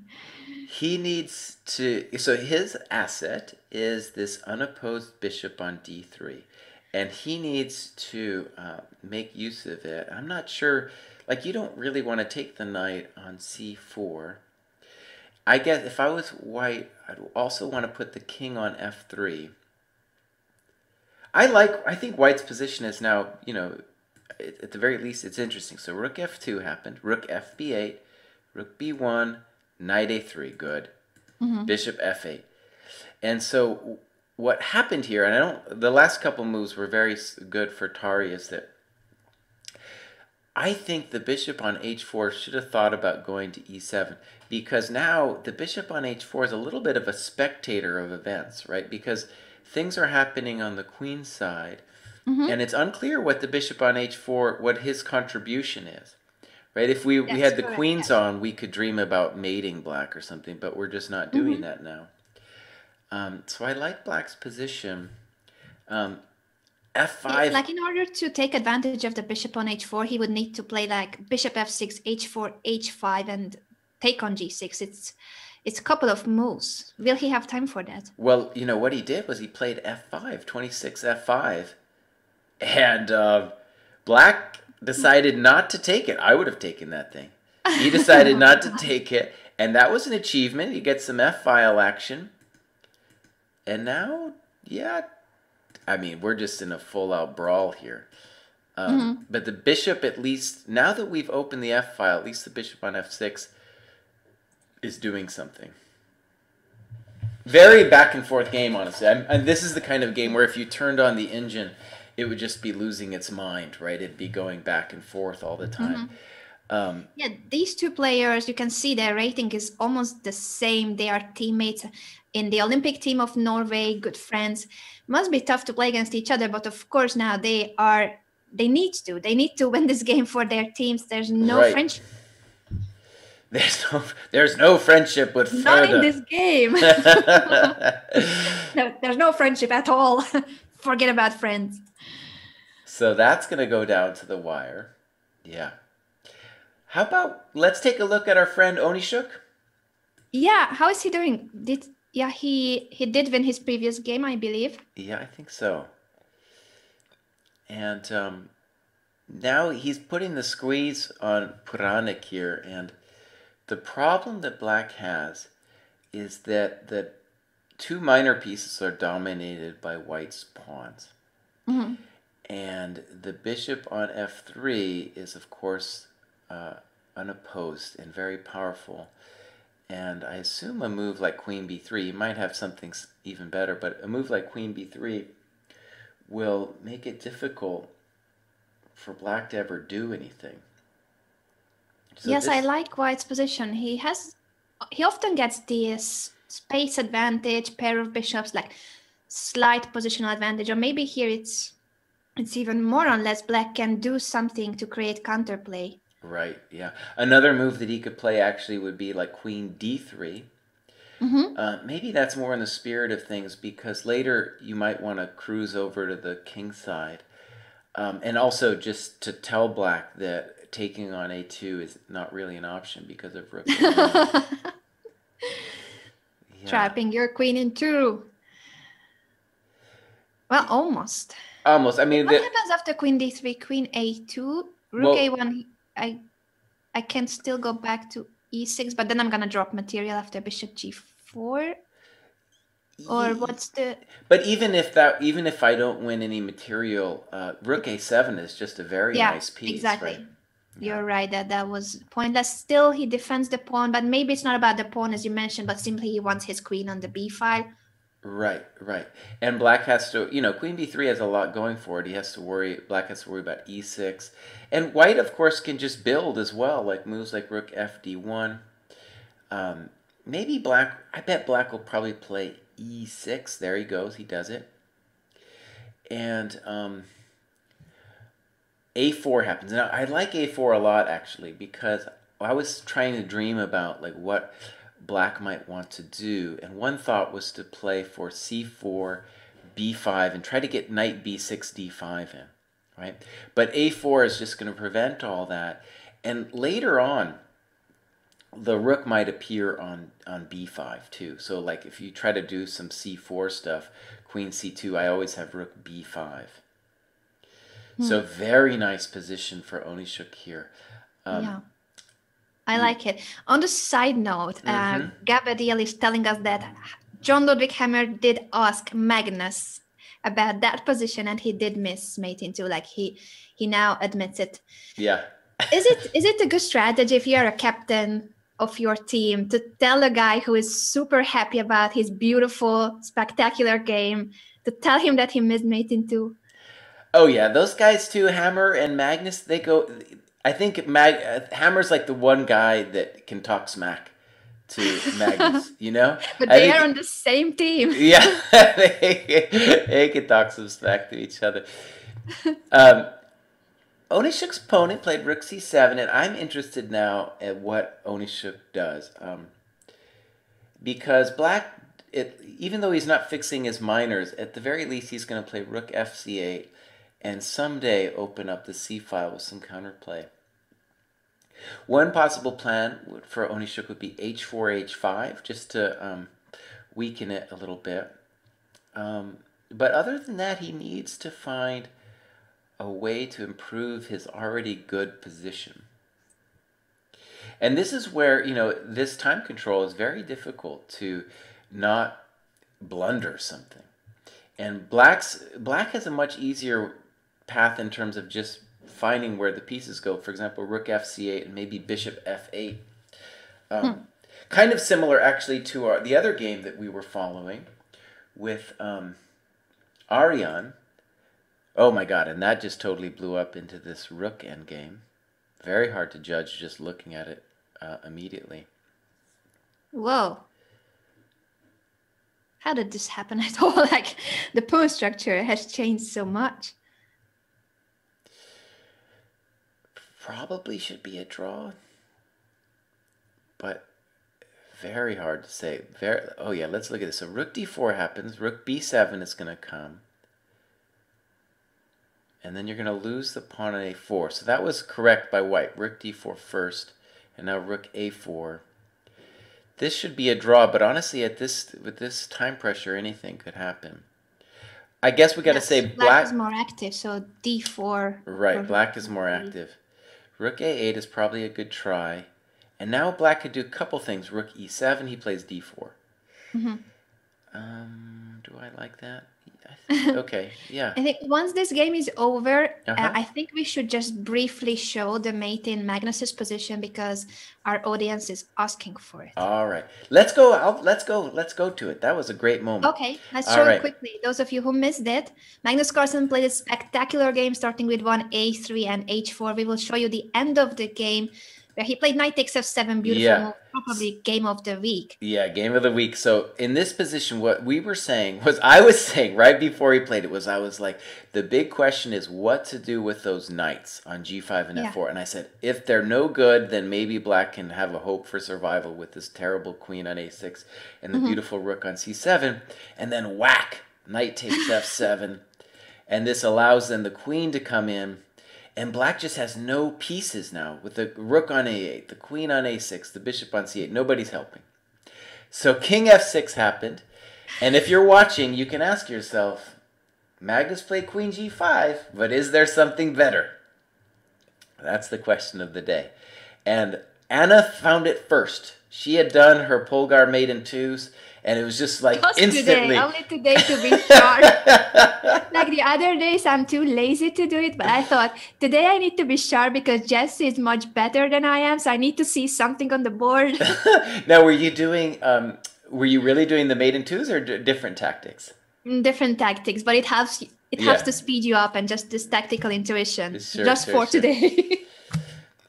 So Anna, why don't you walk our readers through or listeners through the maiden two here for white? It's a queen sacrifice. Queen takes g6, knight takes g6, and knight takes h5. Beautiful, beautiful. All those squares covered.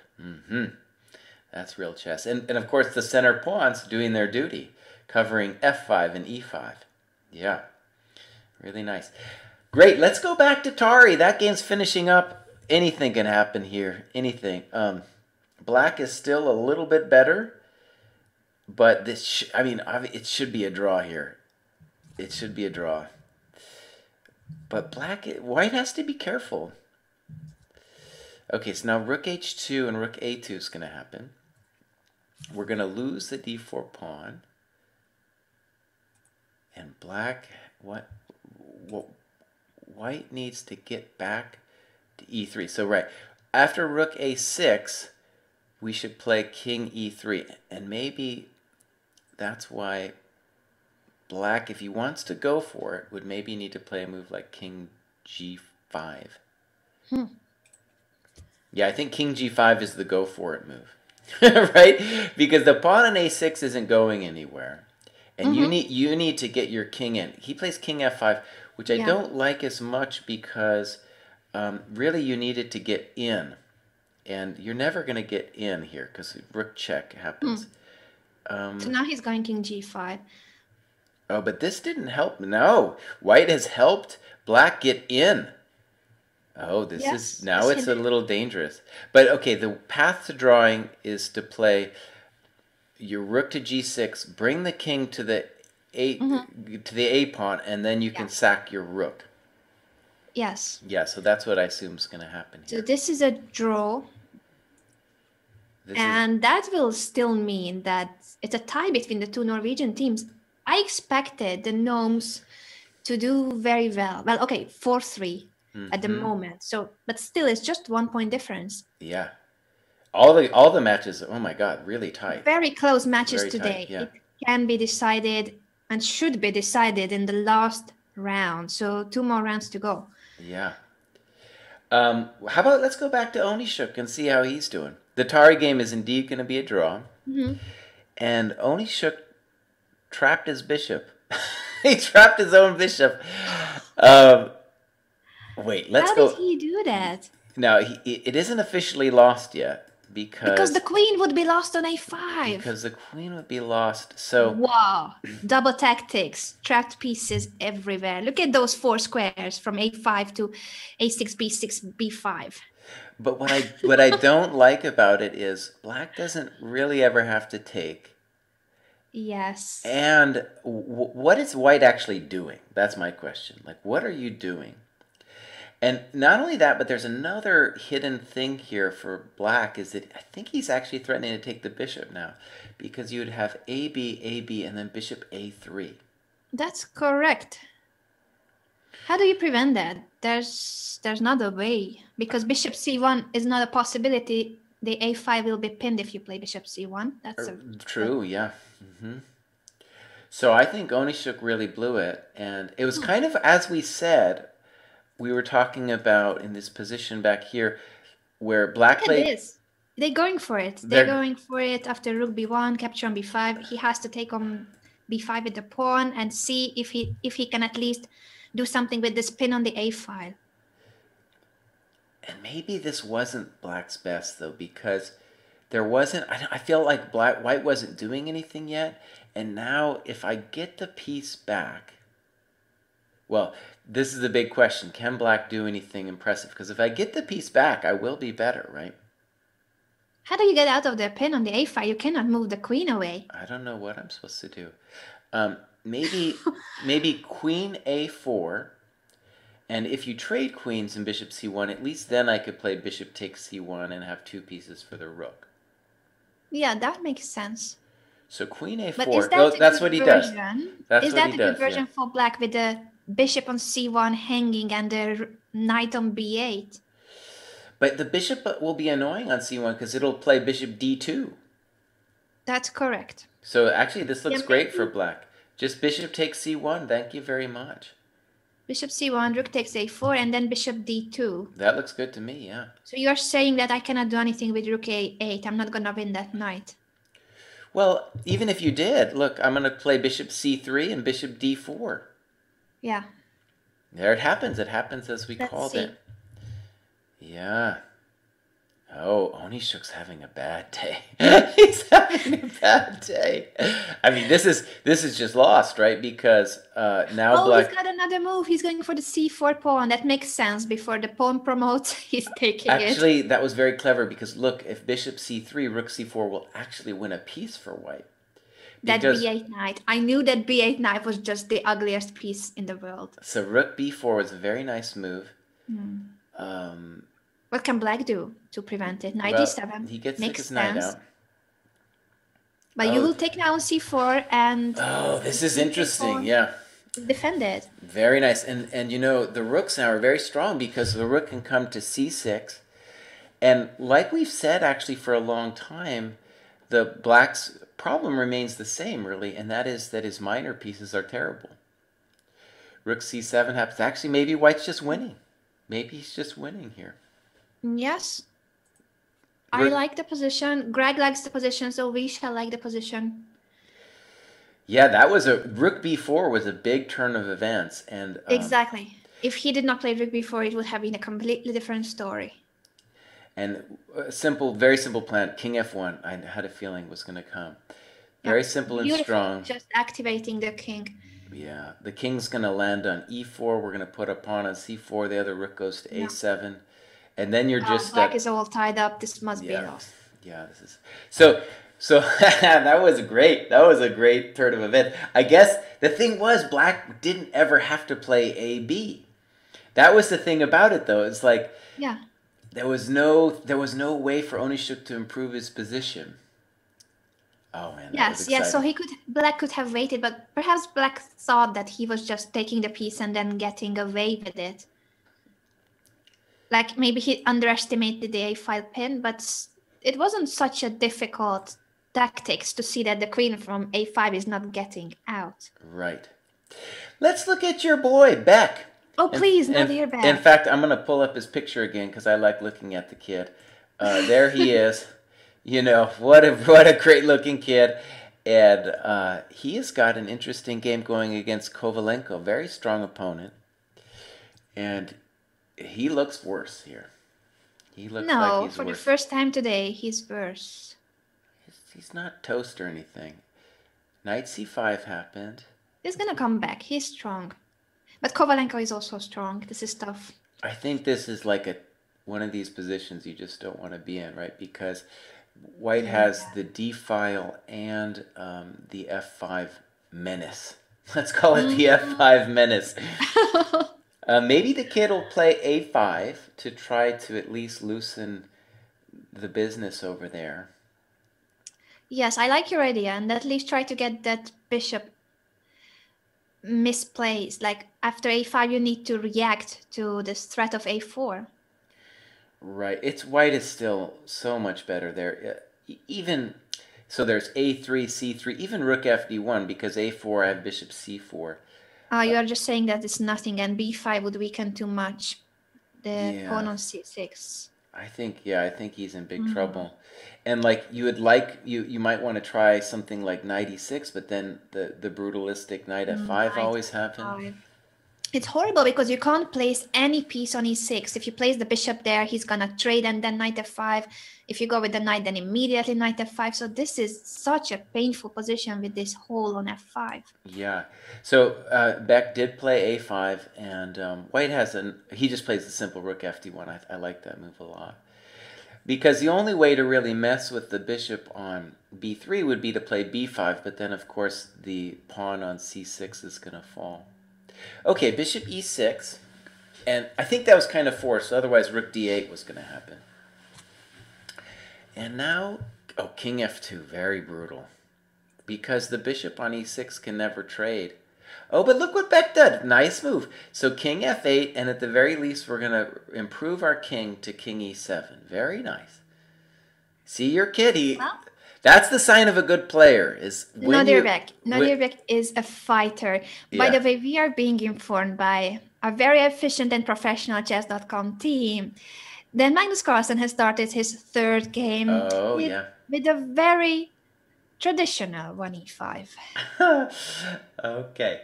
Where is the game? Uh-oh. Where's the famous game? I don't see it yet. He's playing against Roland Prusers. Oh, there he is, way down there. All right. Oh, yeah, but still... Okay, it's not that traditional, actually. He's playing the Hungarian defense. I knew you were going to say that. That's hilarious. I was like, does Anna know that this is the Hungarian defense? The Budapest Gambit, the Hungarian defense, and I don't play any of those. I don't think the Hungarian defense has been played for a very long time. Yes, it's quite passive. Yeah. Do we know what passive as my chess? Do we know what Hungarian player it was that did this stack back in the day? I think it was the entire team at an Olympiad. So they decided to play it on all the boards where they had black pieces. Right. Okay. I think. You know, I think one funny thing about this Hungarian defense to me is it speaks to me about a different time in the e4, e5 openings where Black used to think he was a little bit worse. Right? That's what I mean. Nowadays, people who play e5, they're just like, well, it's basically almost equal. Or basically equal. When you play bishop e7, you're just telling your opponent, okay, I'm a little bit worse and I'm willing to maybe suffer a little bit, but you're not going to get me. Yes. Right? Nowadays, the way they're playing it, they're just like, well, I'm going to come at you right away. I don't care that I'm down a tempo. Big deal. Right? Bishop e7 there's a lot of old systems, like my sensei Smyslov played this weird system where he played in the Ruy Lopez, he played like a bishop e7, f6 thing. It is very passive, but the idea was just like, I'm a brick wall and you're not going to get me. And that's kind of what this Hungarian business is about, I guess. But like we said at the very beginning, it's to Magnus's advantage to play these sidelines where he maybe knows a little bit more, but also just gets a position. And knight c3 by white on move 5 is maybe a small even mistake because Magnus just played bishop g4, and you've got to ask, like, well, what are you doing about your d4 pawn? Right? The traditional move, I think, would have been to play c3, pawn c3, to dominate the knight on c6. So maybe, what, bishop b5 for white? I'm not quite sure. That already feels weird if you play bishop c4 and then bishop b5. Yeah. But I agree with you that now it starts to look, once again, normal for Magnus. It doesn't matter what opening he plays. He's going to be better after 10 moves. That's right. Oh, Mr. Allen mouse slipped and reside on move 14. We are being informed by Greg. Oh, Mr. Ellum. Wait, but we got to look. Mr. Ellum, you didn't even use like a minute of your time. What happened? mouse slip. Is a mouse slip? Bishop That's what we are c6? being told. So what was the last? Oh, he just hung a bishop on e5. Oh, okay. He was going to take on g7 Oh, that's really or sad. or retreat to e3. In both cases, this was a misclick. Mouse Oh, slip and another loss for Mr. Ellam. oh, I Mr. think Ellam. he has lost all his games so far. And that's keeping this match very competitive. We have Norway and Oslo tied, and Magnus is going to have to win every game. Yeah. Oh man. So yeah, let's go back to this. Oh, here's this for pronunciation. Proisos. I think that's how you pronounce Roland's name. Proisos. Oh, I didn't know. I actually have trouble pronouncing his surname. So how was it? I said Proisos. Proisos. Yeah. Jeez. H3, clever move, actually, right? So if bishop f3, we have queen f3, and we're touching f7. So nice move from Mr. Preussers, I think. And black can now, he can take, of course, and play knight f6, which I guess he's going to do, yeah. And black will still have, white will still have the problem of knight takes d4 as a threat after knight f6 now. So what would you do after knight f6? Do you push d5 or do you take on e5? Honestly, it's a hard decision. Taking on e5 is the easy way out, but he plays d5. Magnus immediately plays knight d4. And of course, the problem with d5 is also that your bishop on c4 is now very unimpressive. But maybe white, okay, a problem that Magnus has to figure out here is his knight can, of course, get trapped on d4, and he immediately plays c6. So white has a couple questions here. Bishop e3 is a thought for him. Bishop e3, of course, the most natural move, just to try to get rid of this terribly dominant knight on d4. He takes on c6 first. I guess his idea is that now bishop e3, black can't really go for c5 because that would weaken the d5 square horribly. If you hadn't taken on c6 and you play bishop e3, maybe he was afraid of c5 immediately and a white pawn was going to stay on d5. I don't think this was that good, though. I mean... You don't like it? Well... Now bishop e3. Unless you really get something, I don't like it because the pawn on c6, what a beautiful pawn now, dominating the knight. And bishop e3, okay, he castles. I think part of the problem was if bishop e3, then queen b6 was going to happen. Yeah. I like black's position a lot. Yeah, he just castled. Next move, he wants to go bishop e3.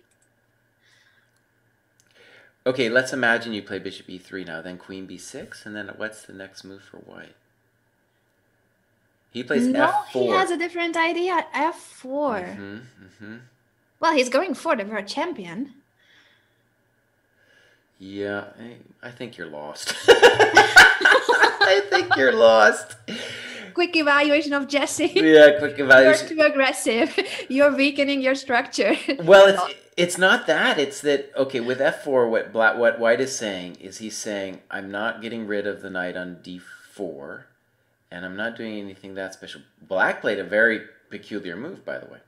Knight just e6. Provoking white to push f5, and then he would jump back to d4. Also provoking bishop e6 and fe. Yeah. So he wants to have those double d pawns. Bishop takes c6 and then f takes c5. He doesn't mind those pawns because it would open up the diagonal of the bishop. I guess so, yeah. That knight e6 is honestly a strange move. What I was going to say, the reason I didn't like white's position, is I don't really see how the knight on c3 plays a role. Right? I don't know what that knight's supposed to do.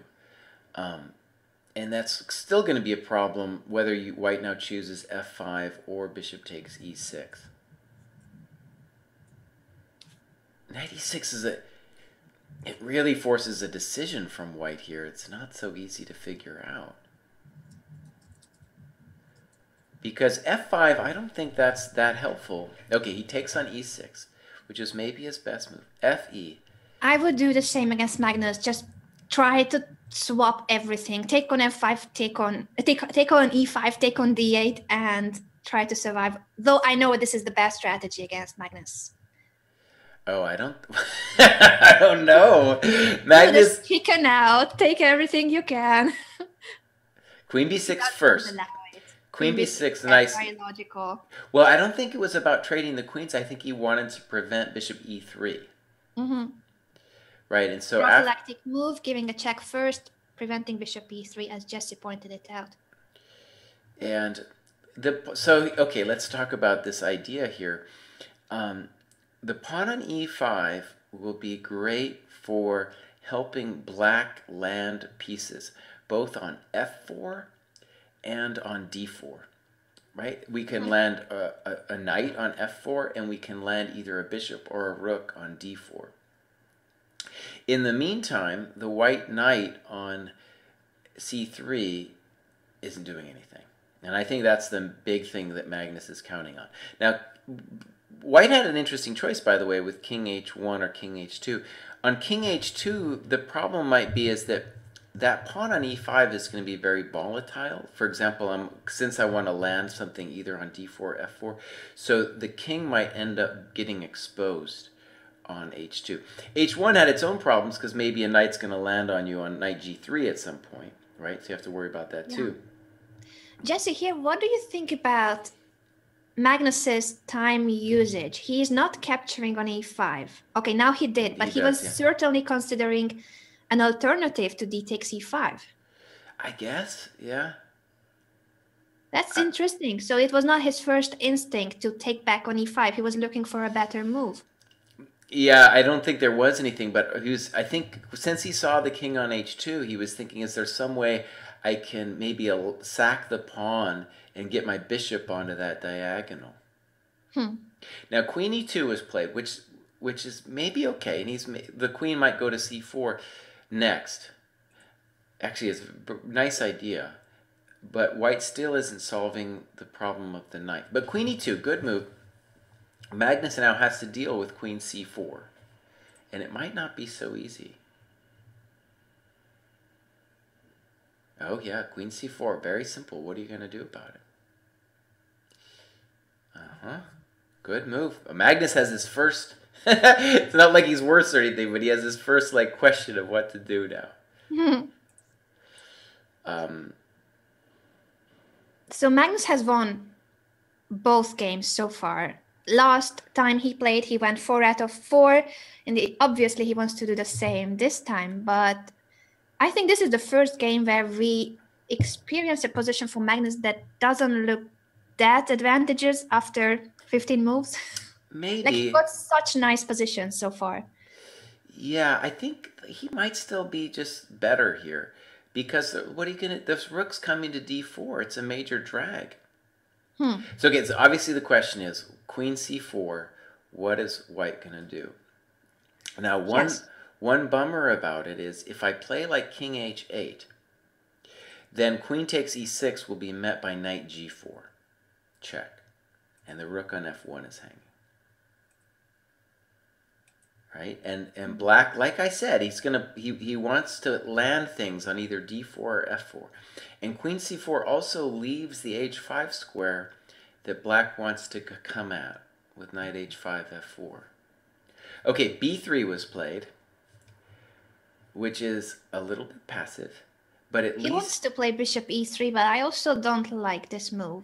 It just feels like you are weakening too much the dark squares on the queen's side. And I think, okay, let's talk about it. He's got a move or two before white consolidates, but he's got several moves before white figures out what to do with the knight on c3. The knight on c3, correct. No one knows what's going on. Well, in an ideal world, you would play bishop e3, queen c4, and knight a4, knight c5, but that's completely a dream scenario. Right. Now, Magnus, I think he needs a way to make his queen useful. He would like to play bishop c5, but of course then knight a4 really allows white to trade off his terrible, terrible piece. But bishop c5, bishop d4 would be a dream for us, I think. Yeah, those of you in the chat worried about the players potentially cheating. That's just impossible. All the players are being observed while they are playing. All of them are obliged to be in front of the camera, and they are therefore very much under surveillance. No cheating can be involved because of the cameras and because of the system that Chess.com uses. Yeah, I mean it's always been a question, but actually help us understand that, Anna. So does everybody have a like camera on them? Yes, they have to. Every player. Yeah. So that's why Greg could see that Magnus had a huge smile on his face. Well, of course there's a camera on Magnus. I think for the coming weeks, we should ask for special permission from Greg to see the same surveillance cameras. So Queen, by the way, interesting moment in the Carlsen game, and Carlsen just played Queen D2, and the ambitious move for White would now be to play Queen C4. Can he get away with that? If he can't, then I think Magnus is just better because we've made a little invasion here, and the knight on C3 continues to be bad. But imagine if that knight ever moves out of the way, but the bishop on B2 is very strong in just hitting the E5 square. Mm-hmm. So you're saying if Queen C4 works, then White is okay? Yeah. You know, how would you meet Queen C4? What do you think that can be the problem for White? I don't know. I don't see anything wrong with it at the moment. Maybe Magnus is thinking about Queen C4, Queen C2. I imagine that's what's going through his mind. And there, Queen takes E6. King H8. And so both bishops are hanging. This position that seemed to be very solid can suddenly go wild. Right. King C4 and capturing on E7, capturing on B2, both kings exposed. Rook D1 he played. Yeah, I really like this because now what the great thing about that queen exchange is you got your knight out of that terrible spot and you got your bishop active. Yeah, both the E4 and E5 pawns are hanging, and that's a good trade for White now. Yeah. Because what remains on the board, that's a weak pawn chain for Black, isolated pawns on E6, C6, and A7. Yeah, I think I don't see any reason why we should say that Black is better anymore, right? Yeah, I think that Roland is doing a good job trying to hold the world champion. Maybe he made an error with Rook takes F8 because Rook F8 is allowing Rook F2 to come now. Chickening out? Just following my strategy, trade everything you can. That's a bad strategy, I told you. That's what I would do, but it's bad strategy. Rook F2 is a beast. I don't know. I think, maybe he thought that King F8 was going to come. Then it would truly be equal. But now... I don't understand Rook takes F8. Maybe Black did... Maybe it was a little harder than we thought for White. And so Rook F2, and now we got some real questions about... I guess Rook E1 is going to be the one to try to hold things... Well, there's more than one move here. You could play Rook E1, you could play the active Knight D4 or Knight F4. Knight D4 looks right, doesn't it? Yes, it does. There it comes. Oh, this is exciting. So both pawns are hanging, but how can you do something? With this Rook on the second rank, it feels like Black should have compensation. Bishop F6 he goes for. Right, so White is going to have a choice of which pawn to win, and then Black is going to take on C2. White also doesn't need to be in a rush to take either of those pawns either. They're not going to go anywhere. And which one would you want to take, the E6 pawn or the C6? Well, it's going to be a mess. Okay, let's imagine Bishop F6. Let's say we take on F6, right? I think Magnus will take back with the pawn. All right. And first of all, the argument for Magnus here is not only that his rook is more active, but that his knight is more active. Yeah, it's controlling the white king, so you can't play King G3. Right. And just, there might be some nastiness later. But the nice thing for white is at some point, we're going to take one of those pawns and potentially invade on the back rank. So white has several reasonable moves here. Knight c6, rook c2, knight a7, for example, just to follow your strategy of exchanging everything off. That's that I would say white is better, but excuse me, black is better in that variation because the f6 and e6 pawns can become strong. So the other option is to take on e6. And by the way, white can play moves like c4 or a4 first, just to get them off of there before all that stuff goes down. And he's got 2 minutes, and this is the bummer, though. Magnus has 8 minutes, Yeah, the right? time. Yeah, Just what he that's the said real in bummer. Waikanze, that if it's not your position, then you should have time as your ally. He's Yeah. doing that, and according to Greg, as he can see the players, both are obviously very focused. And side note, there was a blunder in the match of the Armenian Eagles on board 4. Delhi Eagles. Do you have that game just to show, or we shouldn't switch? Maybe this is just getting too. Yeah, let's return if we can. Let's stay on this game. It's very Sure. tense. Then we show you guys the blunder if we can. What was the name of the player again? Who blundered? It was board 4. Let me check it. You stay with this game. All right.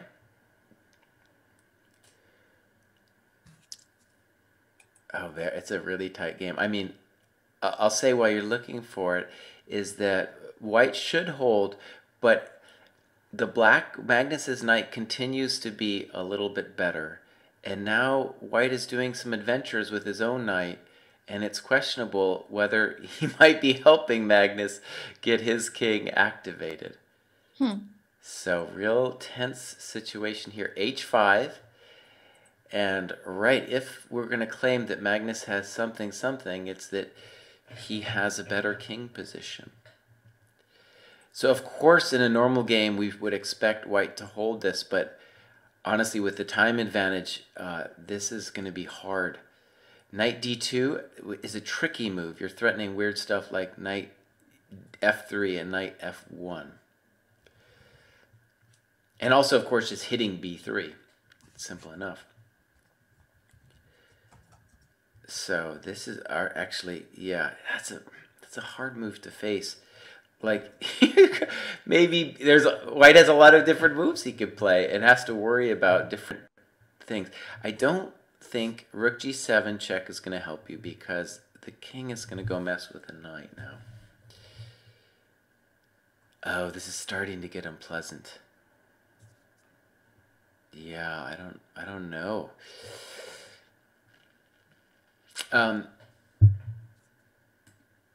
So Magnus will once again do a Magnus. Well, it's not over yet. Preußes hasn't blown it yet. Oh, Preußes, come on, buddy. I mean, the wrong tendency. I see those active black pieces in an end game, and this is the world champion with the black pieces. I would be scared as hell playing with the white pieces here. Yeah, he's giving up the b3 pawn. Yeah, he gave up the b3 pawn. Now, he's still, I think, in the realm of being okay, because he can win the h pawn. And then we're going to have a little bit of a fandango of a race. We're going to have the race. Black is just a hair better, right? Just a hair better. Rook a5, he's saying, no, you don't get my pawn. No pawn for you. And white really has no time left. Rook a7. And the rook on a7 is honestly a little passive. Black just needs now to activate. There he comes with knight d4. Knight c4. Rook a4. That's going to be unpleasant.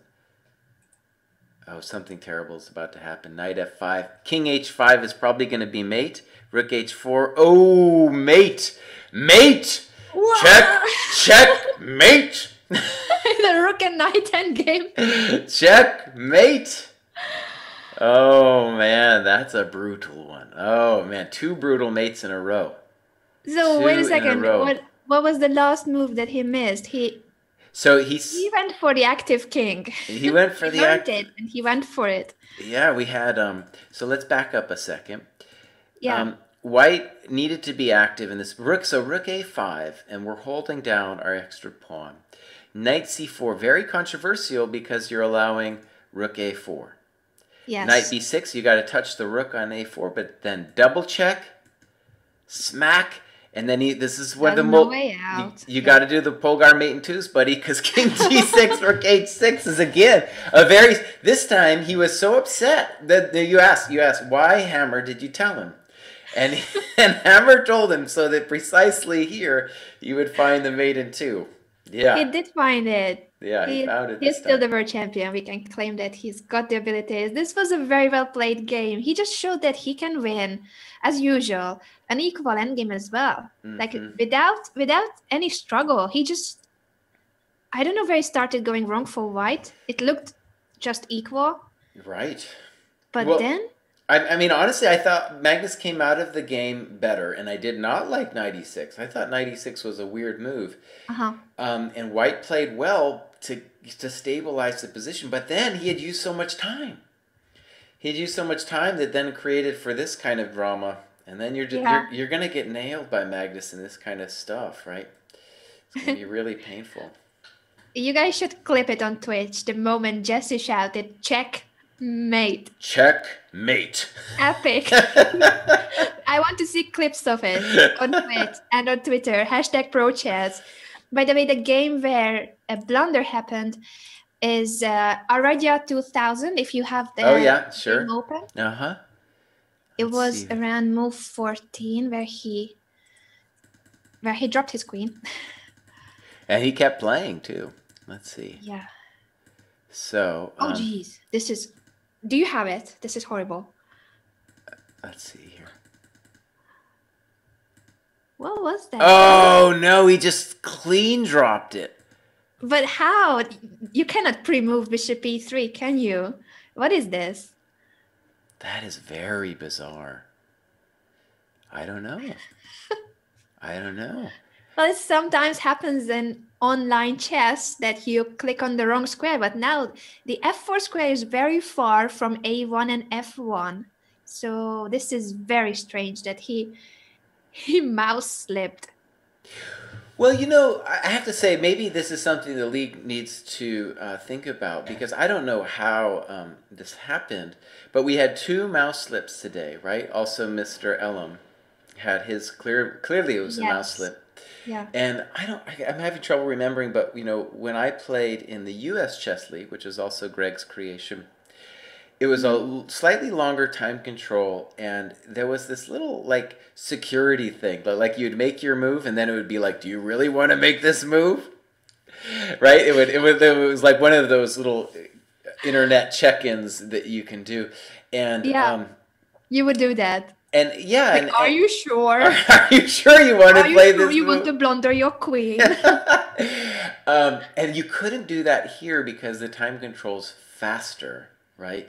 But maybe I don't know how you would do it, but obviously, and maybe the players just need to get better at it too, right? They need to get better at being careful about what their move actually is. It's strange. I think there's something to get used to, because even if you play like a lot of blitz, whether it's 1-0 or 3-0, people, I don't see that many mouse slips these days. Like people generally know how to do it. Yes, according to Matt, it must have been a pre-move. So he was expecting f takes e6, and he pre-moved bishop e3. Oh, but yeah. This is not blitz or bullet in the sense that he needed to pre-move at such an early stage of the game. Right, yeah, absolutely. Bad strategy.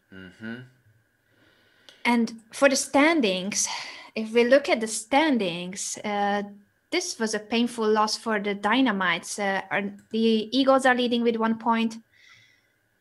Yeah. They just need 1 more point to win the match.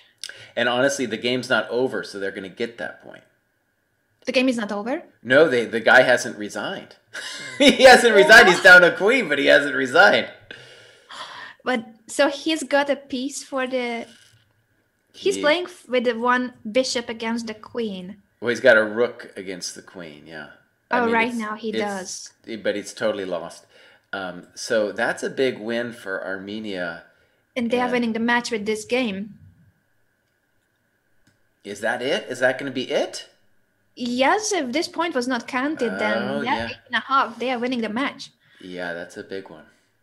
And let's just say part of the problem is that the Delhi players are all in Gibraltar right now, right? Hmm. That's why this match might have been a little easier than it normally would have been for Armenia. Yeah, that's totally winning. So we can write that off. And let's go to the standings briefly and see how that changes things. Um, so Armenia will go to 2 points. And yeah, will be very much in contention. And yeah, the Delhi, what a bummer for them. They were doing so well. Of course, they're still at 1.5, which is fine. But this guy, now of course I can't do an Indian pronunciation, but I would say Garg. That's his name, Garg. It probably doesn't pronounce it that way, but anyways, he's going to be feeling that mouse slip for a while. Yeah, especially if this will be the one single game that makes the difference. We shall see. Maybe the rest of the board will also not win, but this is of course very painful in the last round. Right. Well, let's see what we got here. So I think we're going to mark that one as essentially decided. I'm going to go back to the main frame here. So Magnus Carlsen is yet to play his last game, Right. the Norway Gnomes against the Oslo Trolls.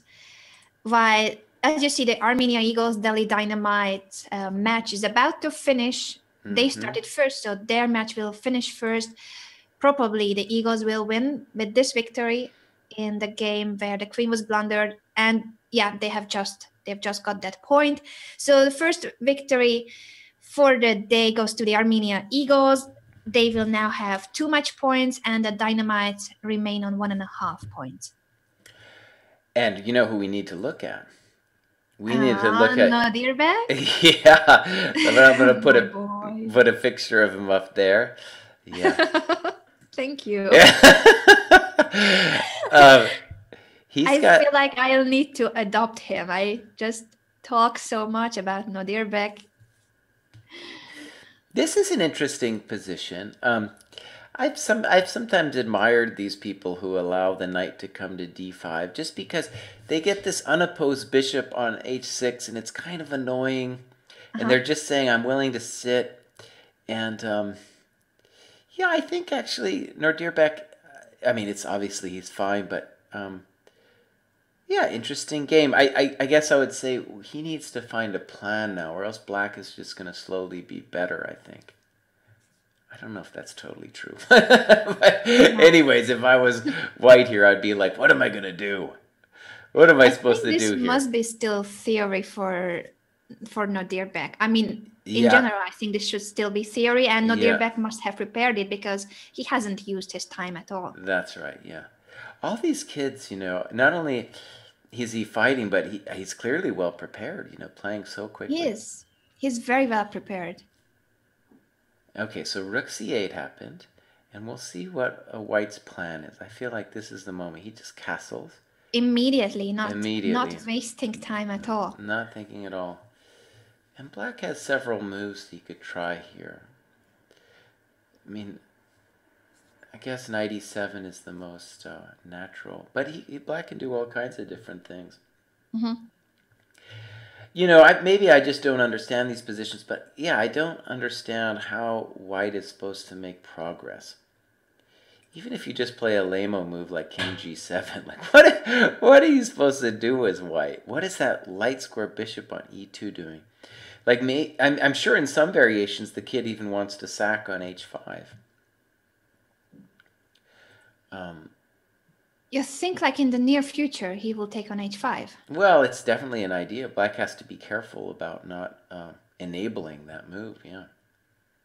Because the bishop on e2, no one knows what it's doing, right? It's a hard piece to figure out. And Another idea for white would be like king h1 followed by f4. Black, though, it's really black's first question of black. He does play my lame-o move, king g7. Hmm. And in a way, I think that's correct. You're just going to cover the dark squares and say, I'm the master of the dark squares. The kid immediately plays a4. And kind of nice because it throws the question black to black. Like, how do you want to actually play the position? Yes. And the big question for black, I think, is, well, what am I going to do with my knight on c6? Right? You could think about knight a5. It's a little weird. Or you could play knight e7. I would feel like knight e7 because I'm just so frustrated by this knight on d5. But I can't take twice because you will always have a piece landing on d5. Right, and I think maybe the idea for Nordirbeck would be if knight e7, let's just say I take knight e7, right? Threatening the rooks, you got to play queen e7. Then I play knight d5. And then I tell you that the bishop h6 is just floating in the wind. That it's a cute looking piece, but it's actually not doing anything. Something like that maybe is the idea for white, where you could claim to, I don't know, maybe be a little bit better. So knight e7 comes, and we'll see if I'm right about knight e7. This is a position. I just want to see if the world champion has started his last game already or not yet. Give me a second. I think we are still waiting for that match to begin. The Gnomes. Another move for Beck would be a5, but I like knight e7, knight d5. It's just simple.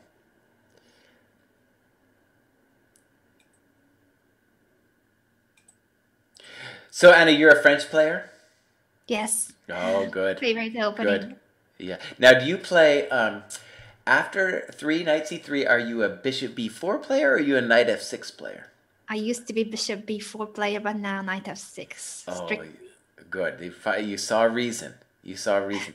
I have a big problem with those. My bishop, I cannot have those dark squares so weak. Yeah, I have big problems with people who play bishop b4. Do you think that we should allow people who play bishop b4 to even call them French players? No. No, right? No.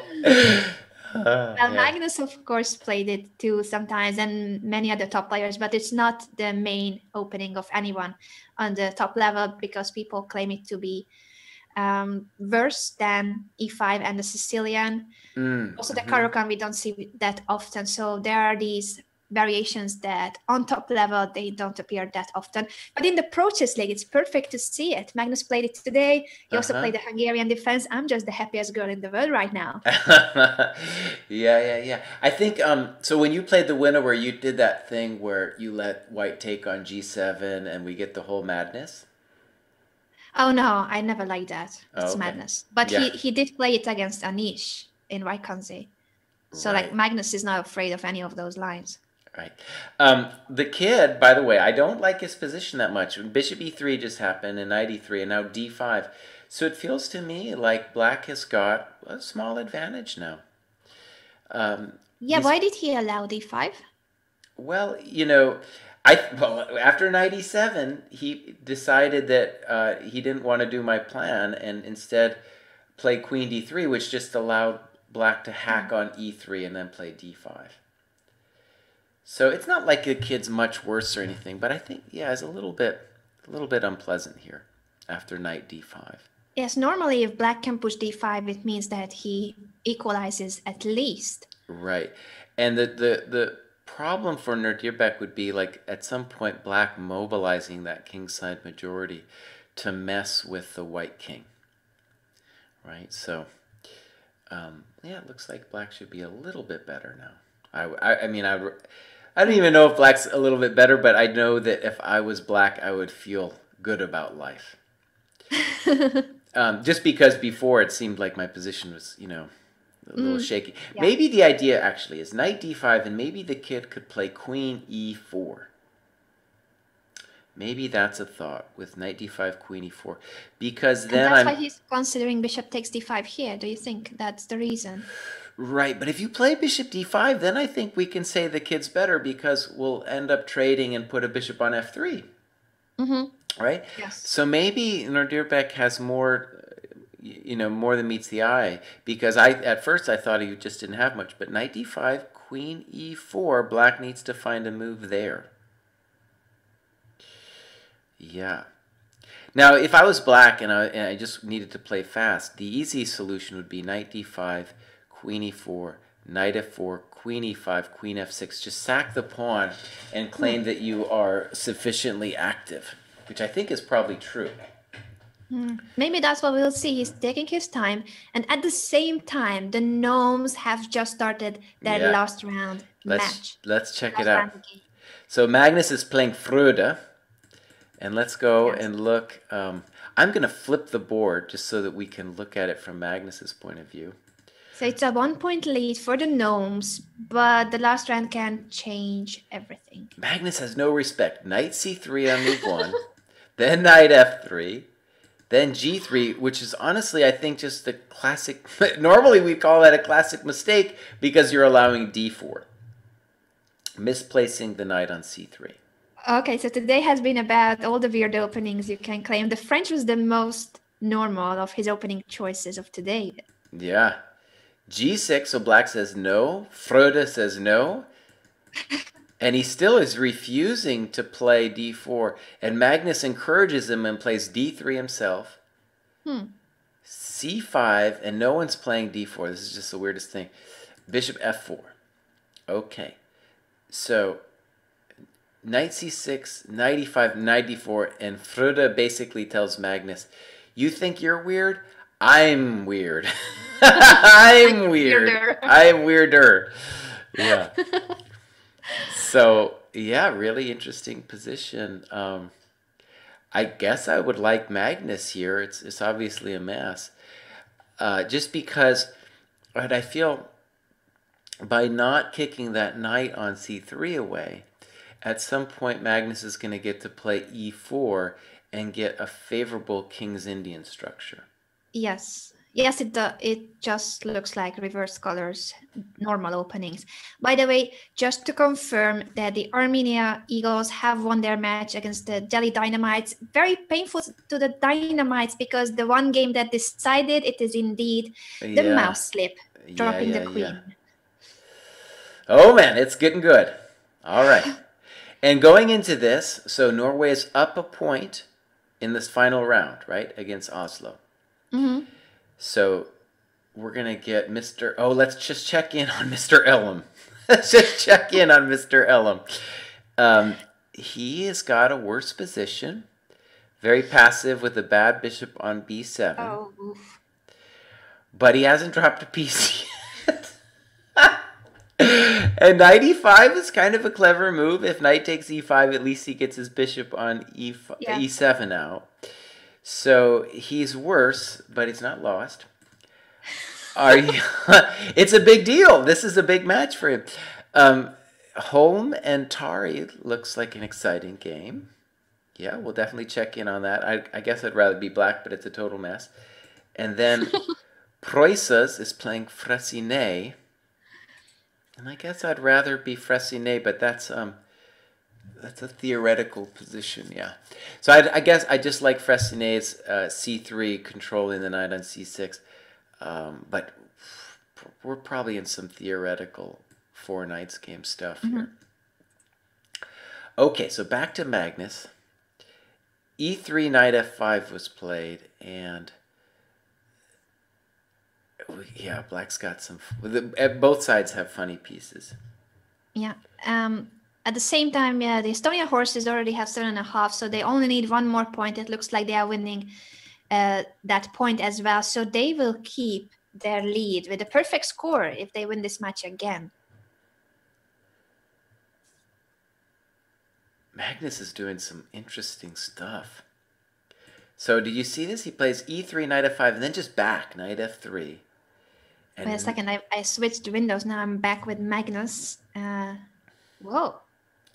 And now if black plays d4,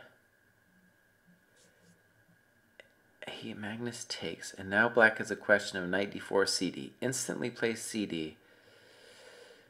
And the problem for Magnus is, well, I don't know if it's, he has to worry a little bit about the bishop on f4 with something like knight d5. Mm-hmm. Honestly, unless I'm, the knight d5, black should be fine. There's no bishop h6 because the knight on f5. Goes bishop d5, Right, which allowing bishop e5.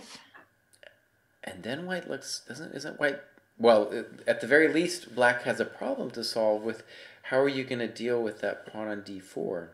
Yeah, I think you were right that he should have used the d5 square for the knight maybe, but in any case, the d4 pawn, well, this is now unpleasant, isn't it? Like, what can you do? You don't want to take on f3. Yeah, I don't know. Knight d4 is a simple threat. It's funny the way Magnus just moved all around on him. And again, Magnus has barely thought. And Frode has also, clearly he tried to match Magnus in time.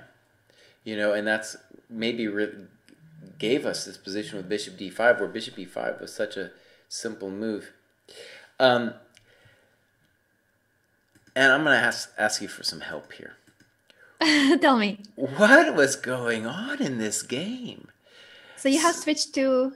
No, I'm looking at Magnus's game still. Oh, you're staying. I was like, are you looking at the new position? And it was just so weird, this game. So black never played d4. And then on knight e5, he played knight d4. Totally strange. Queen d2.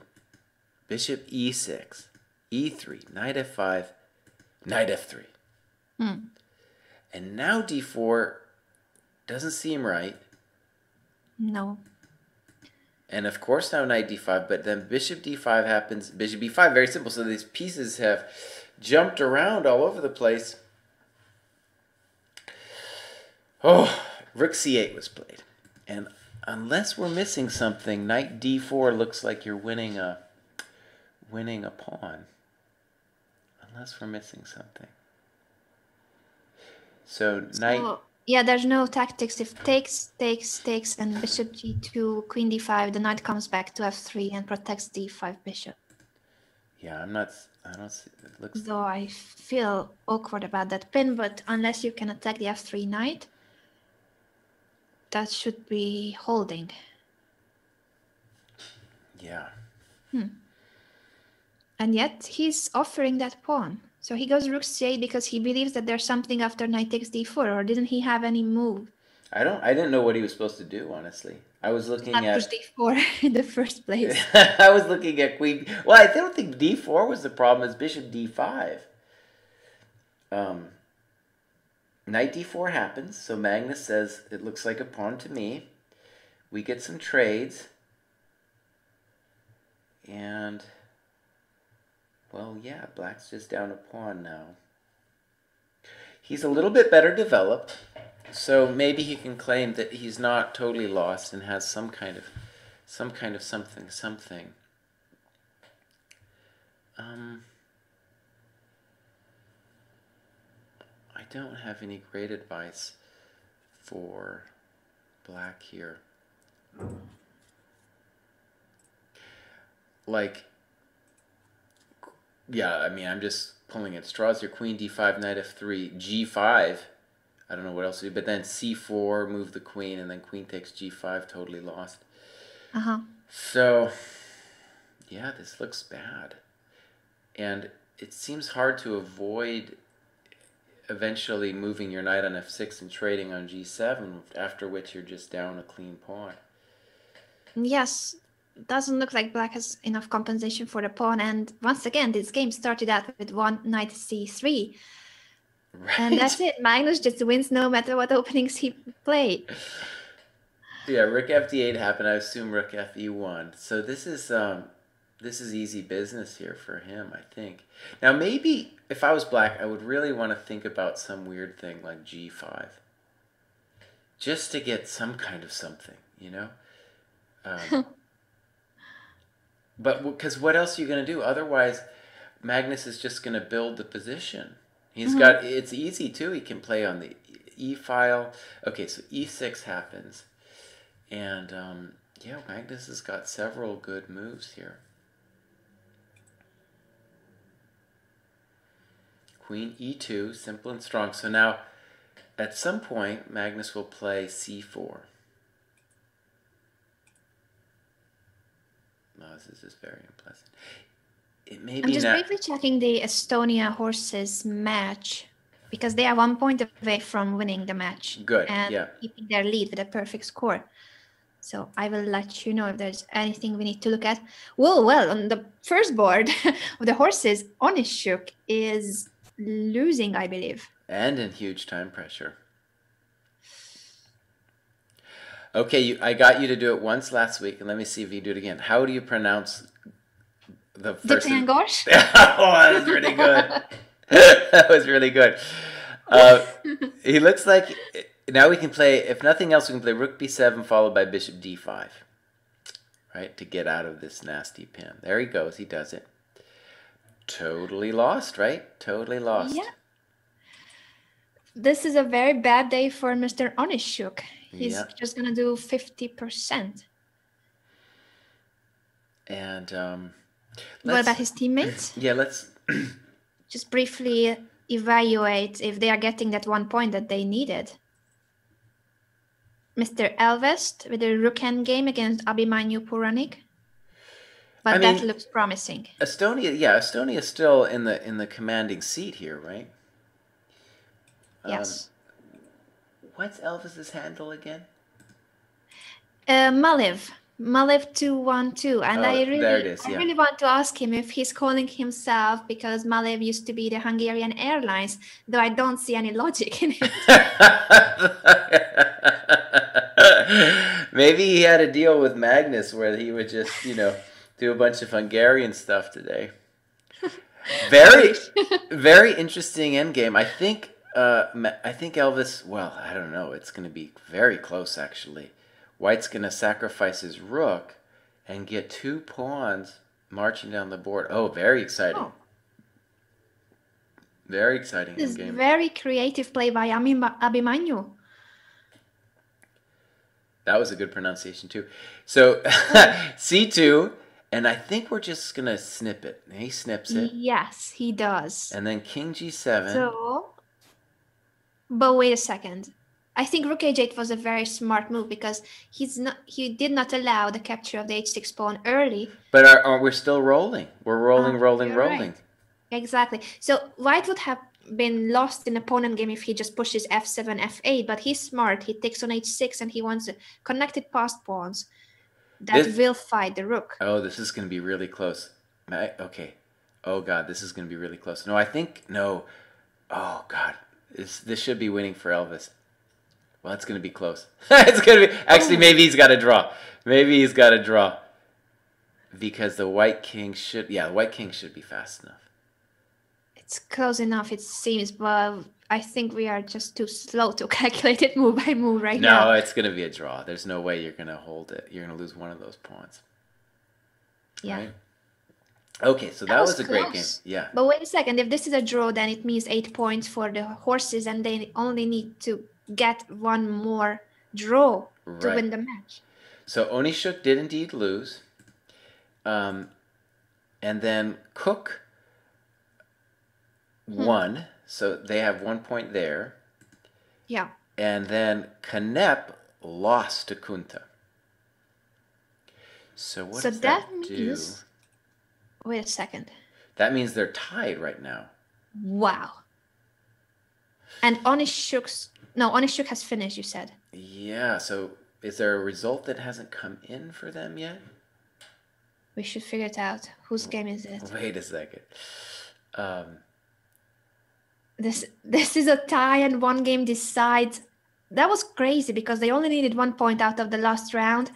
Yeah. And they lost all their games, basically. The Estonia horses.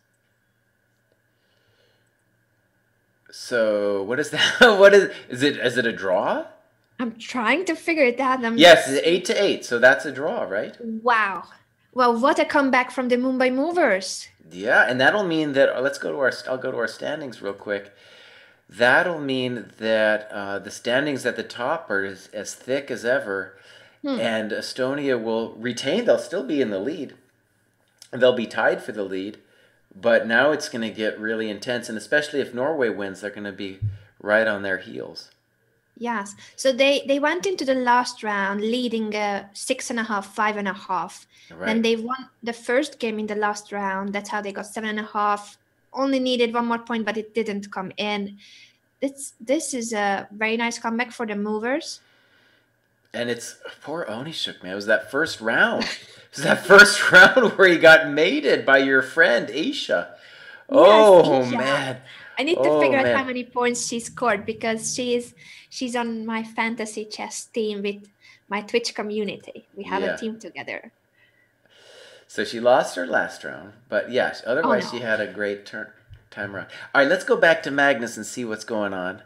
Mhm. Magnus is still, he's got the pawn and the compensation now, where he's going to play, at some point he's going to play d4. The queen is tickling the black king. So you mean that Magnus has everything in this position, as you mentioned. Yeah, he's got everything. He's got the He's got material and everything. the composition and the time. Yeah, at some point he could even think about playing knight takes g6, but he's in no rush to do that either. Mhm.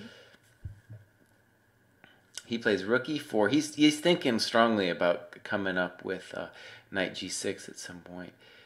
And I guess black has to accept the worst. So he's been holding back on playing d4 because of knight c4. But once black plays knight d7, Oh, Jesse, I yeah. think we forgot to switch the window, so we are still showing the standings. Oh, sorry. Thank you. Oh, it's okay. It happens to me all the time. Thank you.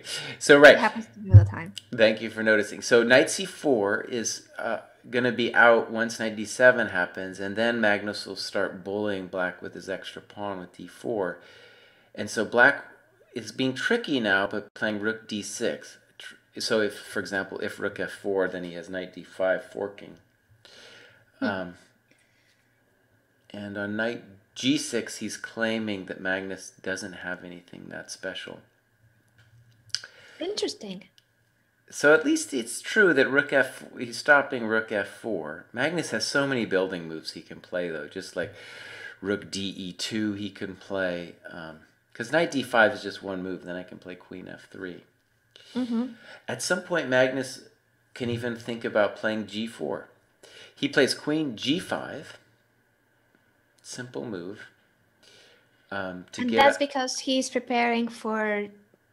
what is he preparing for? Maybe g4, actually. g4. Maybe g4. And he's also making black think about queen h6. That's another issue. Wait a second. After knight... no, the previous position. I was just wondering, after rook d6, was black threatening queen takes e4 as well? So Good point. Good point. Yeah, I didn't notice that at all. And so queen g5 not only tickles black further, but controls d2. Good. I'm glad you noticed that. Because that's like I noticed two tactics today. I'm so proud of myself. So now Magnus could do several things. G4 is the most violent. He plays rook e d4, pinning the black knight. Now that's the kind of move I wouldn't even think about, rook e d4. And at some point, black has to maybe worry about white playing c4, just to pin and win. Mm-hmm. And, you know... Yeah, that's the threat immediately. Right. And maybe still? Because you can't take. He played rook fd8. Yeah, he's not dropping the piece, but I thought that maybe white still wants to push c4. Or he's not in a rush. I don't know. I guess, okay, so the question with c4 would be, what if black just moves back with a move like knight e7? Yeah, maybe I just unnecessarily weaken my pawn chain. So he does a much wiser thing, activate the d2 rook, which was the worst piece in that position. Right. And, you know, it's really painful here because there's so many different ways that he can improve his position, right?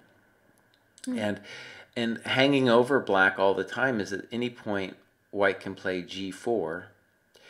And if you play like Queen E7, yes, you could go into the endgame, but it's going to be a long trail of tears, and that's what he does. He goes Queen E7. And one thing would be interesting, Magnus didn't even have to take, but he did. And he's just saying, I'm totally winning here, which I don't know, actually, if I would call this a definitely clear advantage, but is it winning? It might just be winning. It's really hard. Black, I mean, it's not just the pawn, right? Our pieces are a little bit better. So let's briefly check in on Mr. Elam. All right. If he's surviving the last round. He's not down a piece. Good news. He's down, looks like he's down a pawn, but it's a fighting position. Oh, I like that his pieces are active. He used to be very passive in this game, so this is an improvement. Yeah, white actually has to figure out there's like threats against b2, b5 is a little loose, knight f4 might happen someday. So Mr. Elam is not done for at all here. So that's good for our fighting spirit. Okay, and then we have Tari. Very complicated game. I mean, it looks like Tari's actually just better. He's got the better bishop, and he's got that pawn on b4. No, black should be winning. He has to not blunder anything, but yeah, black should be winning here. b3, very simple play. We're going to put the pawn on b2. White goes for it with g4. It's not going to help him. Check to the miserable king. Checkmate. That was fun to say earlier, right? I hope that you guys clipped it. I hope you did. And by the way, I'm checking the hashtag ProChess on Twitter, and there's a really cool Photoshop by Anton Squared Me. Magnus playing on today's ProChess League. You might want to check that out. All right, cool. And Preußers, what's going on with Mr. Preußers? Oh, very...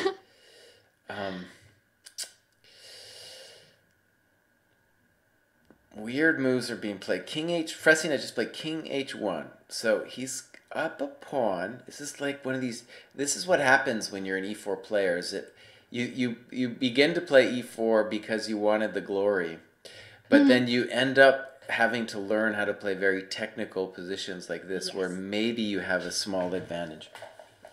Indeed.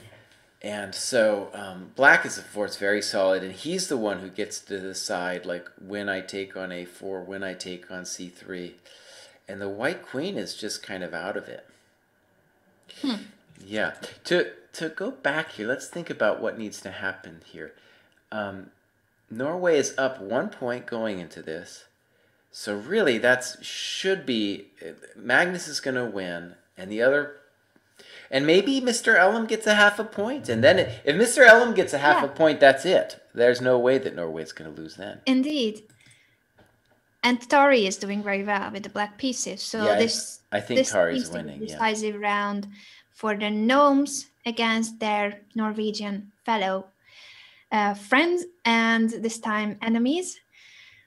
I think Aryan's game will finish soon. Yeah, just Bishop looks like a massive... Whoa, Queen A1 and Rook takes F3. Yeah, Bishop F4 is coming. Bishop F4 winning the Queen. That's probably lost. He goes for Queen G6. I'm predicting a mate, though, Bishop F4. Yeah, that looks like mate. Okay, so there we have our first result. And so they're up 2 points now.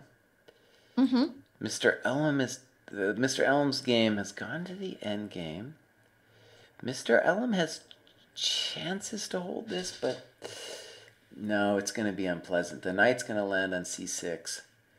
Yeah, that's just... And Rook d8 was a really bad move by Elam just there. Just encouraging that knight. Just, oh, man, just stepping into knight c6. And what does he want? Does he want to just be a blockader on d6? Okay, so that looks bad. That looks bad. That's what he's doing. Elam. I think Magnus needs to sit him down and have a chess lesson, you know? Just sit him down and tell him some things about how to play. That's all he's got to do. Yeah. Well, the remaining games... Now, it has just finished. Magnus has won his game, obviously. We saw that he had everything on the board that he could have. Material, time, initiative. Yeah. 8.5 already for the Gnomes. So congratulations to the Norway Gnomes for winning today's match. The Armenia Eagles have won as well. But that was that was a dramatic match with the Delhi Dynamite player mouse slipping and dropping his queen. By the way, they are such a nice team, the Dynamites. They immediately congratulated their opponents on Twitter. Cool. Yeah, and let's just say something else kind of amazing. Magnus is got a perfect score. He's 8-0. Yeah. 8-0. 8-0, correct.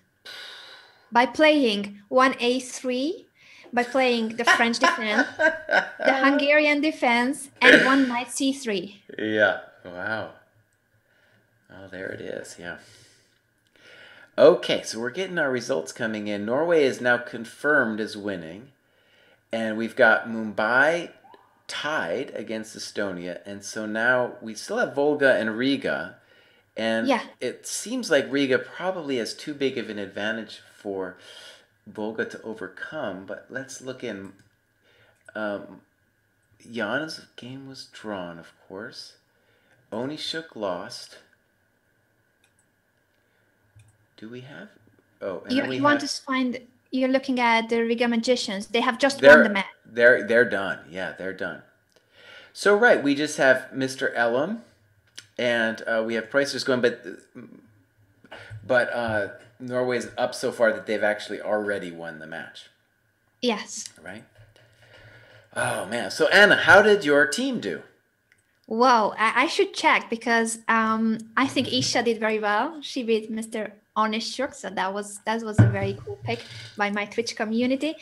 Magnus, I have on my team, of course. Ariantari, and also Lauren Fressinet. I'm not sure that Fressinet did so well. I think I saw him losing one game at least, so I don't know if he was the best board 2 player today. Mm-hmm.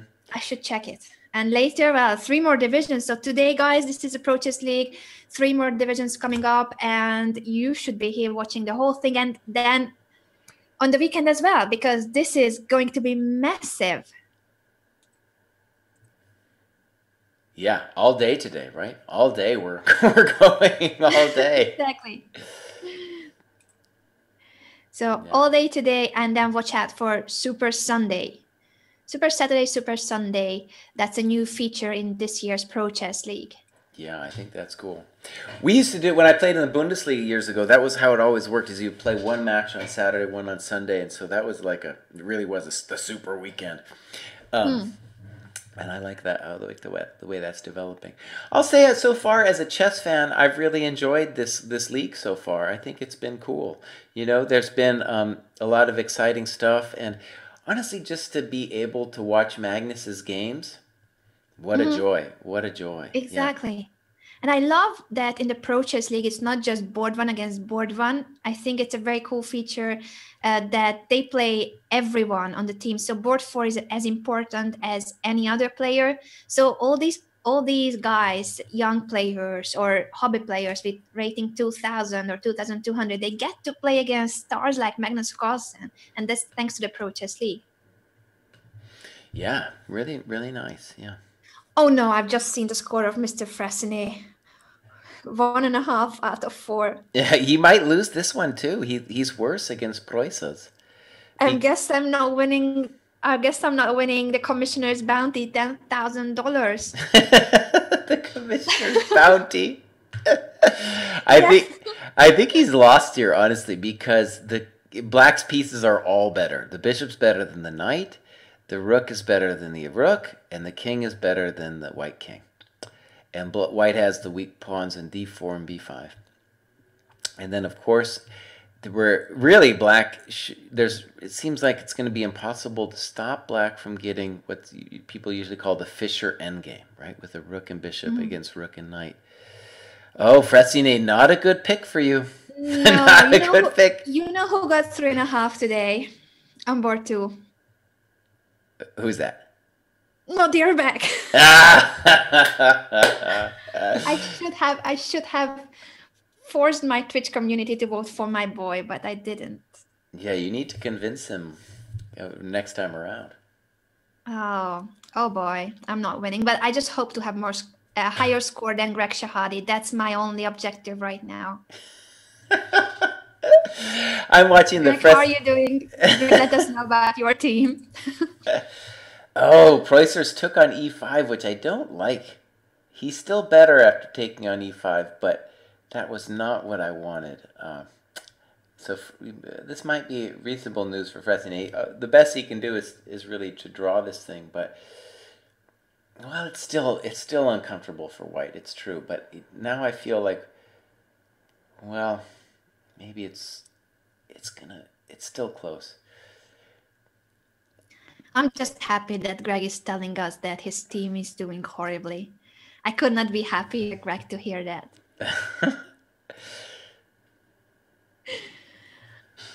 Oh, Bobby, that's a cool comment. That wasn't it supposed to be to guess who is going to get the lowest score?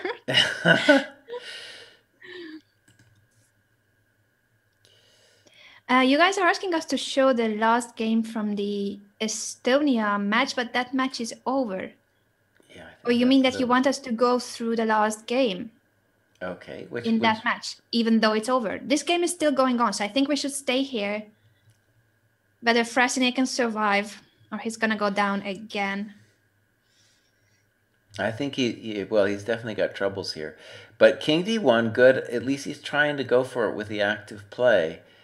And if Rook F2, then Rook C7 will happen. Maybe King D7 might be a double exclam here. If that king and pawn endgame's winning. If it's winning. I'm not sure it is. But he doesn't do it. He plays Rook F2. And I think Rook C7, white should be okay after winning that B6 pawn. Maybe it's... Well, maybe not.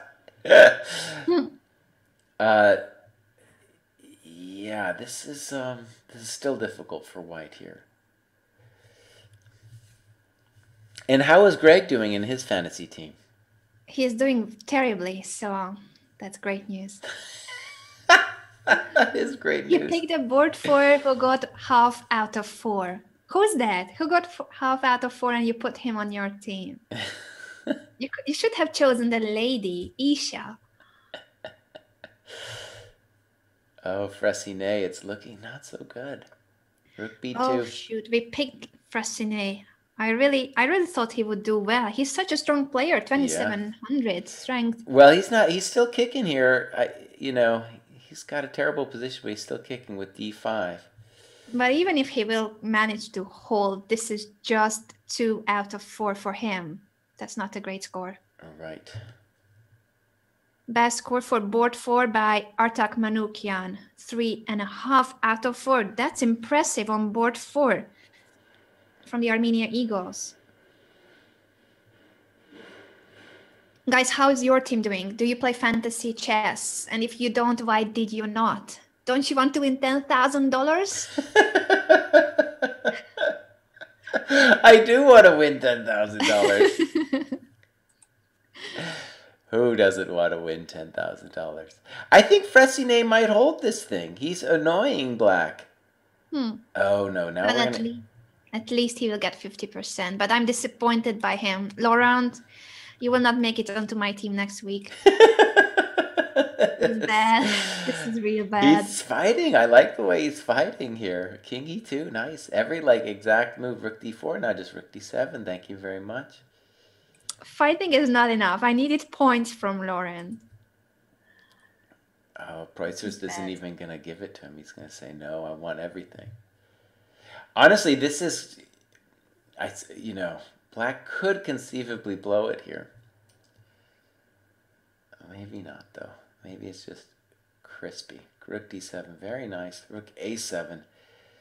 Whew, spicy. Rook D5, very strong. So is he surviving? No, he's toast because we got behind the fast pawn. All his hope is in the B pawn. And he's getting there. He's approaching. What? Oh, that was King F5 was a mistake. But is he Rook F3? Rook E8 should still be lost, but it's getting close now. 2 versus 1, but the white king is not where it should be. Right. It's caught on the E5. That's the problem for white. Oh, he went to H4. I didn't like H4. Oh. I don't actually. God. You know, sometimes it's even hard to remember your rook endgame theory in situations like this. But actually, I do remember. You have to. White's king is not cut far enough. The white king Mm-hmm. has to be cut far enough that I can play. Like, let's say the king were on. I think it's c1, right? And then I Yes. can play rook f8, rook f1, rook g1 after my king gets to Yes. h1. Yeah. So I think there's not a way for black to bring his rook around. Yes. So you guys, if it was a bit quick, Black wants to get his rook to g1 so that he can come out from the corner and promote the pawn, of course. So this is the position where you want to bring your rook to g1. That means that the white king will approach that square, king e2, king f2, just in time. Right. So he shall go for it anyway. Like he's now getting to the back rank, but the king is approaching f2. King f2 now. King f2, totally a So draw. after the rook comes to g1, you move the rook and rook g2 check. You stay on the f1 and f2 squares with your king, Right. not allowing the black king leave the corner. Now back to the f file. Just like in endgame books. Just like in the Defensive books. Yeah. skills. Yeah, Lauren played good. He played good to hold on to this thing. 50%. I'm not satisfied with his performance. How can you? He did really. Yeah, it's hard. It's hard Not to good enough, satisfy. Laurent. Not good enough. And Mr. Ellen lost. So that's Mr. Ellen was. I think he might be 0 for 8. He was definitely 0 for 4 today. Well, yeah. that's really not fortunate, but let's hope what you mentioned, that maybe Magnus should just start giving him private lessons for the sake of the team. Well, right, and I mean, he should be like, don't give away your stuff, don't give away free tempos, and that's it, kid. That's all you need to know. You know, to be on the Norwegian team, that's all you gotta have. Yeah. Yeah. Shall we look at the standings? It's already updated. Greg and the Chess.com team is very quick, so we will see now the actual standings. Do you have it down? Do you have it? Because I don't know. I don't think I have it. Wait. You don't. Let me. Oh, I know what I have to do. I have to go get it. I give you some time to get it. In the meantime, guys, let us know, how did you enjoy today's games? Which game do you think was the best? Because there's a Game of the Week prize. Shall it go for Magnus Carlsen with one a3 and then a beautiful knight takes f7? Yeah. Then no mate in 2? It was still, of course, a crushing victory. So just by missing mate in 2, he did not miss to win the game. It was made just 9 moves later, or maybe 6. I don't know how many moves it took, actually. So beautiful game by Magnus Carlsen. Which one was your other favorite game? Maybe a game that you will remember from today. And also, let us know if you are playing fantasy chess and how is your team doing. I am. So many people are going to the Pro Chess League that it's not even responding to me. To the Pro Chess League website. But if you have it in front of you, why don't you tell us? Yeah, I'm also just trying to refresh the page. It will take us a bit of time.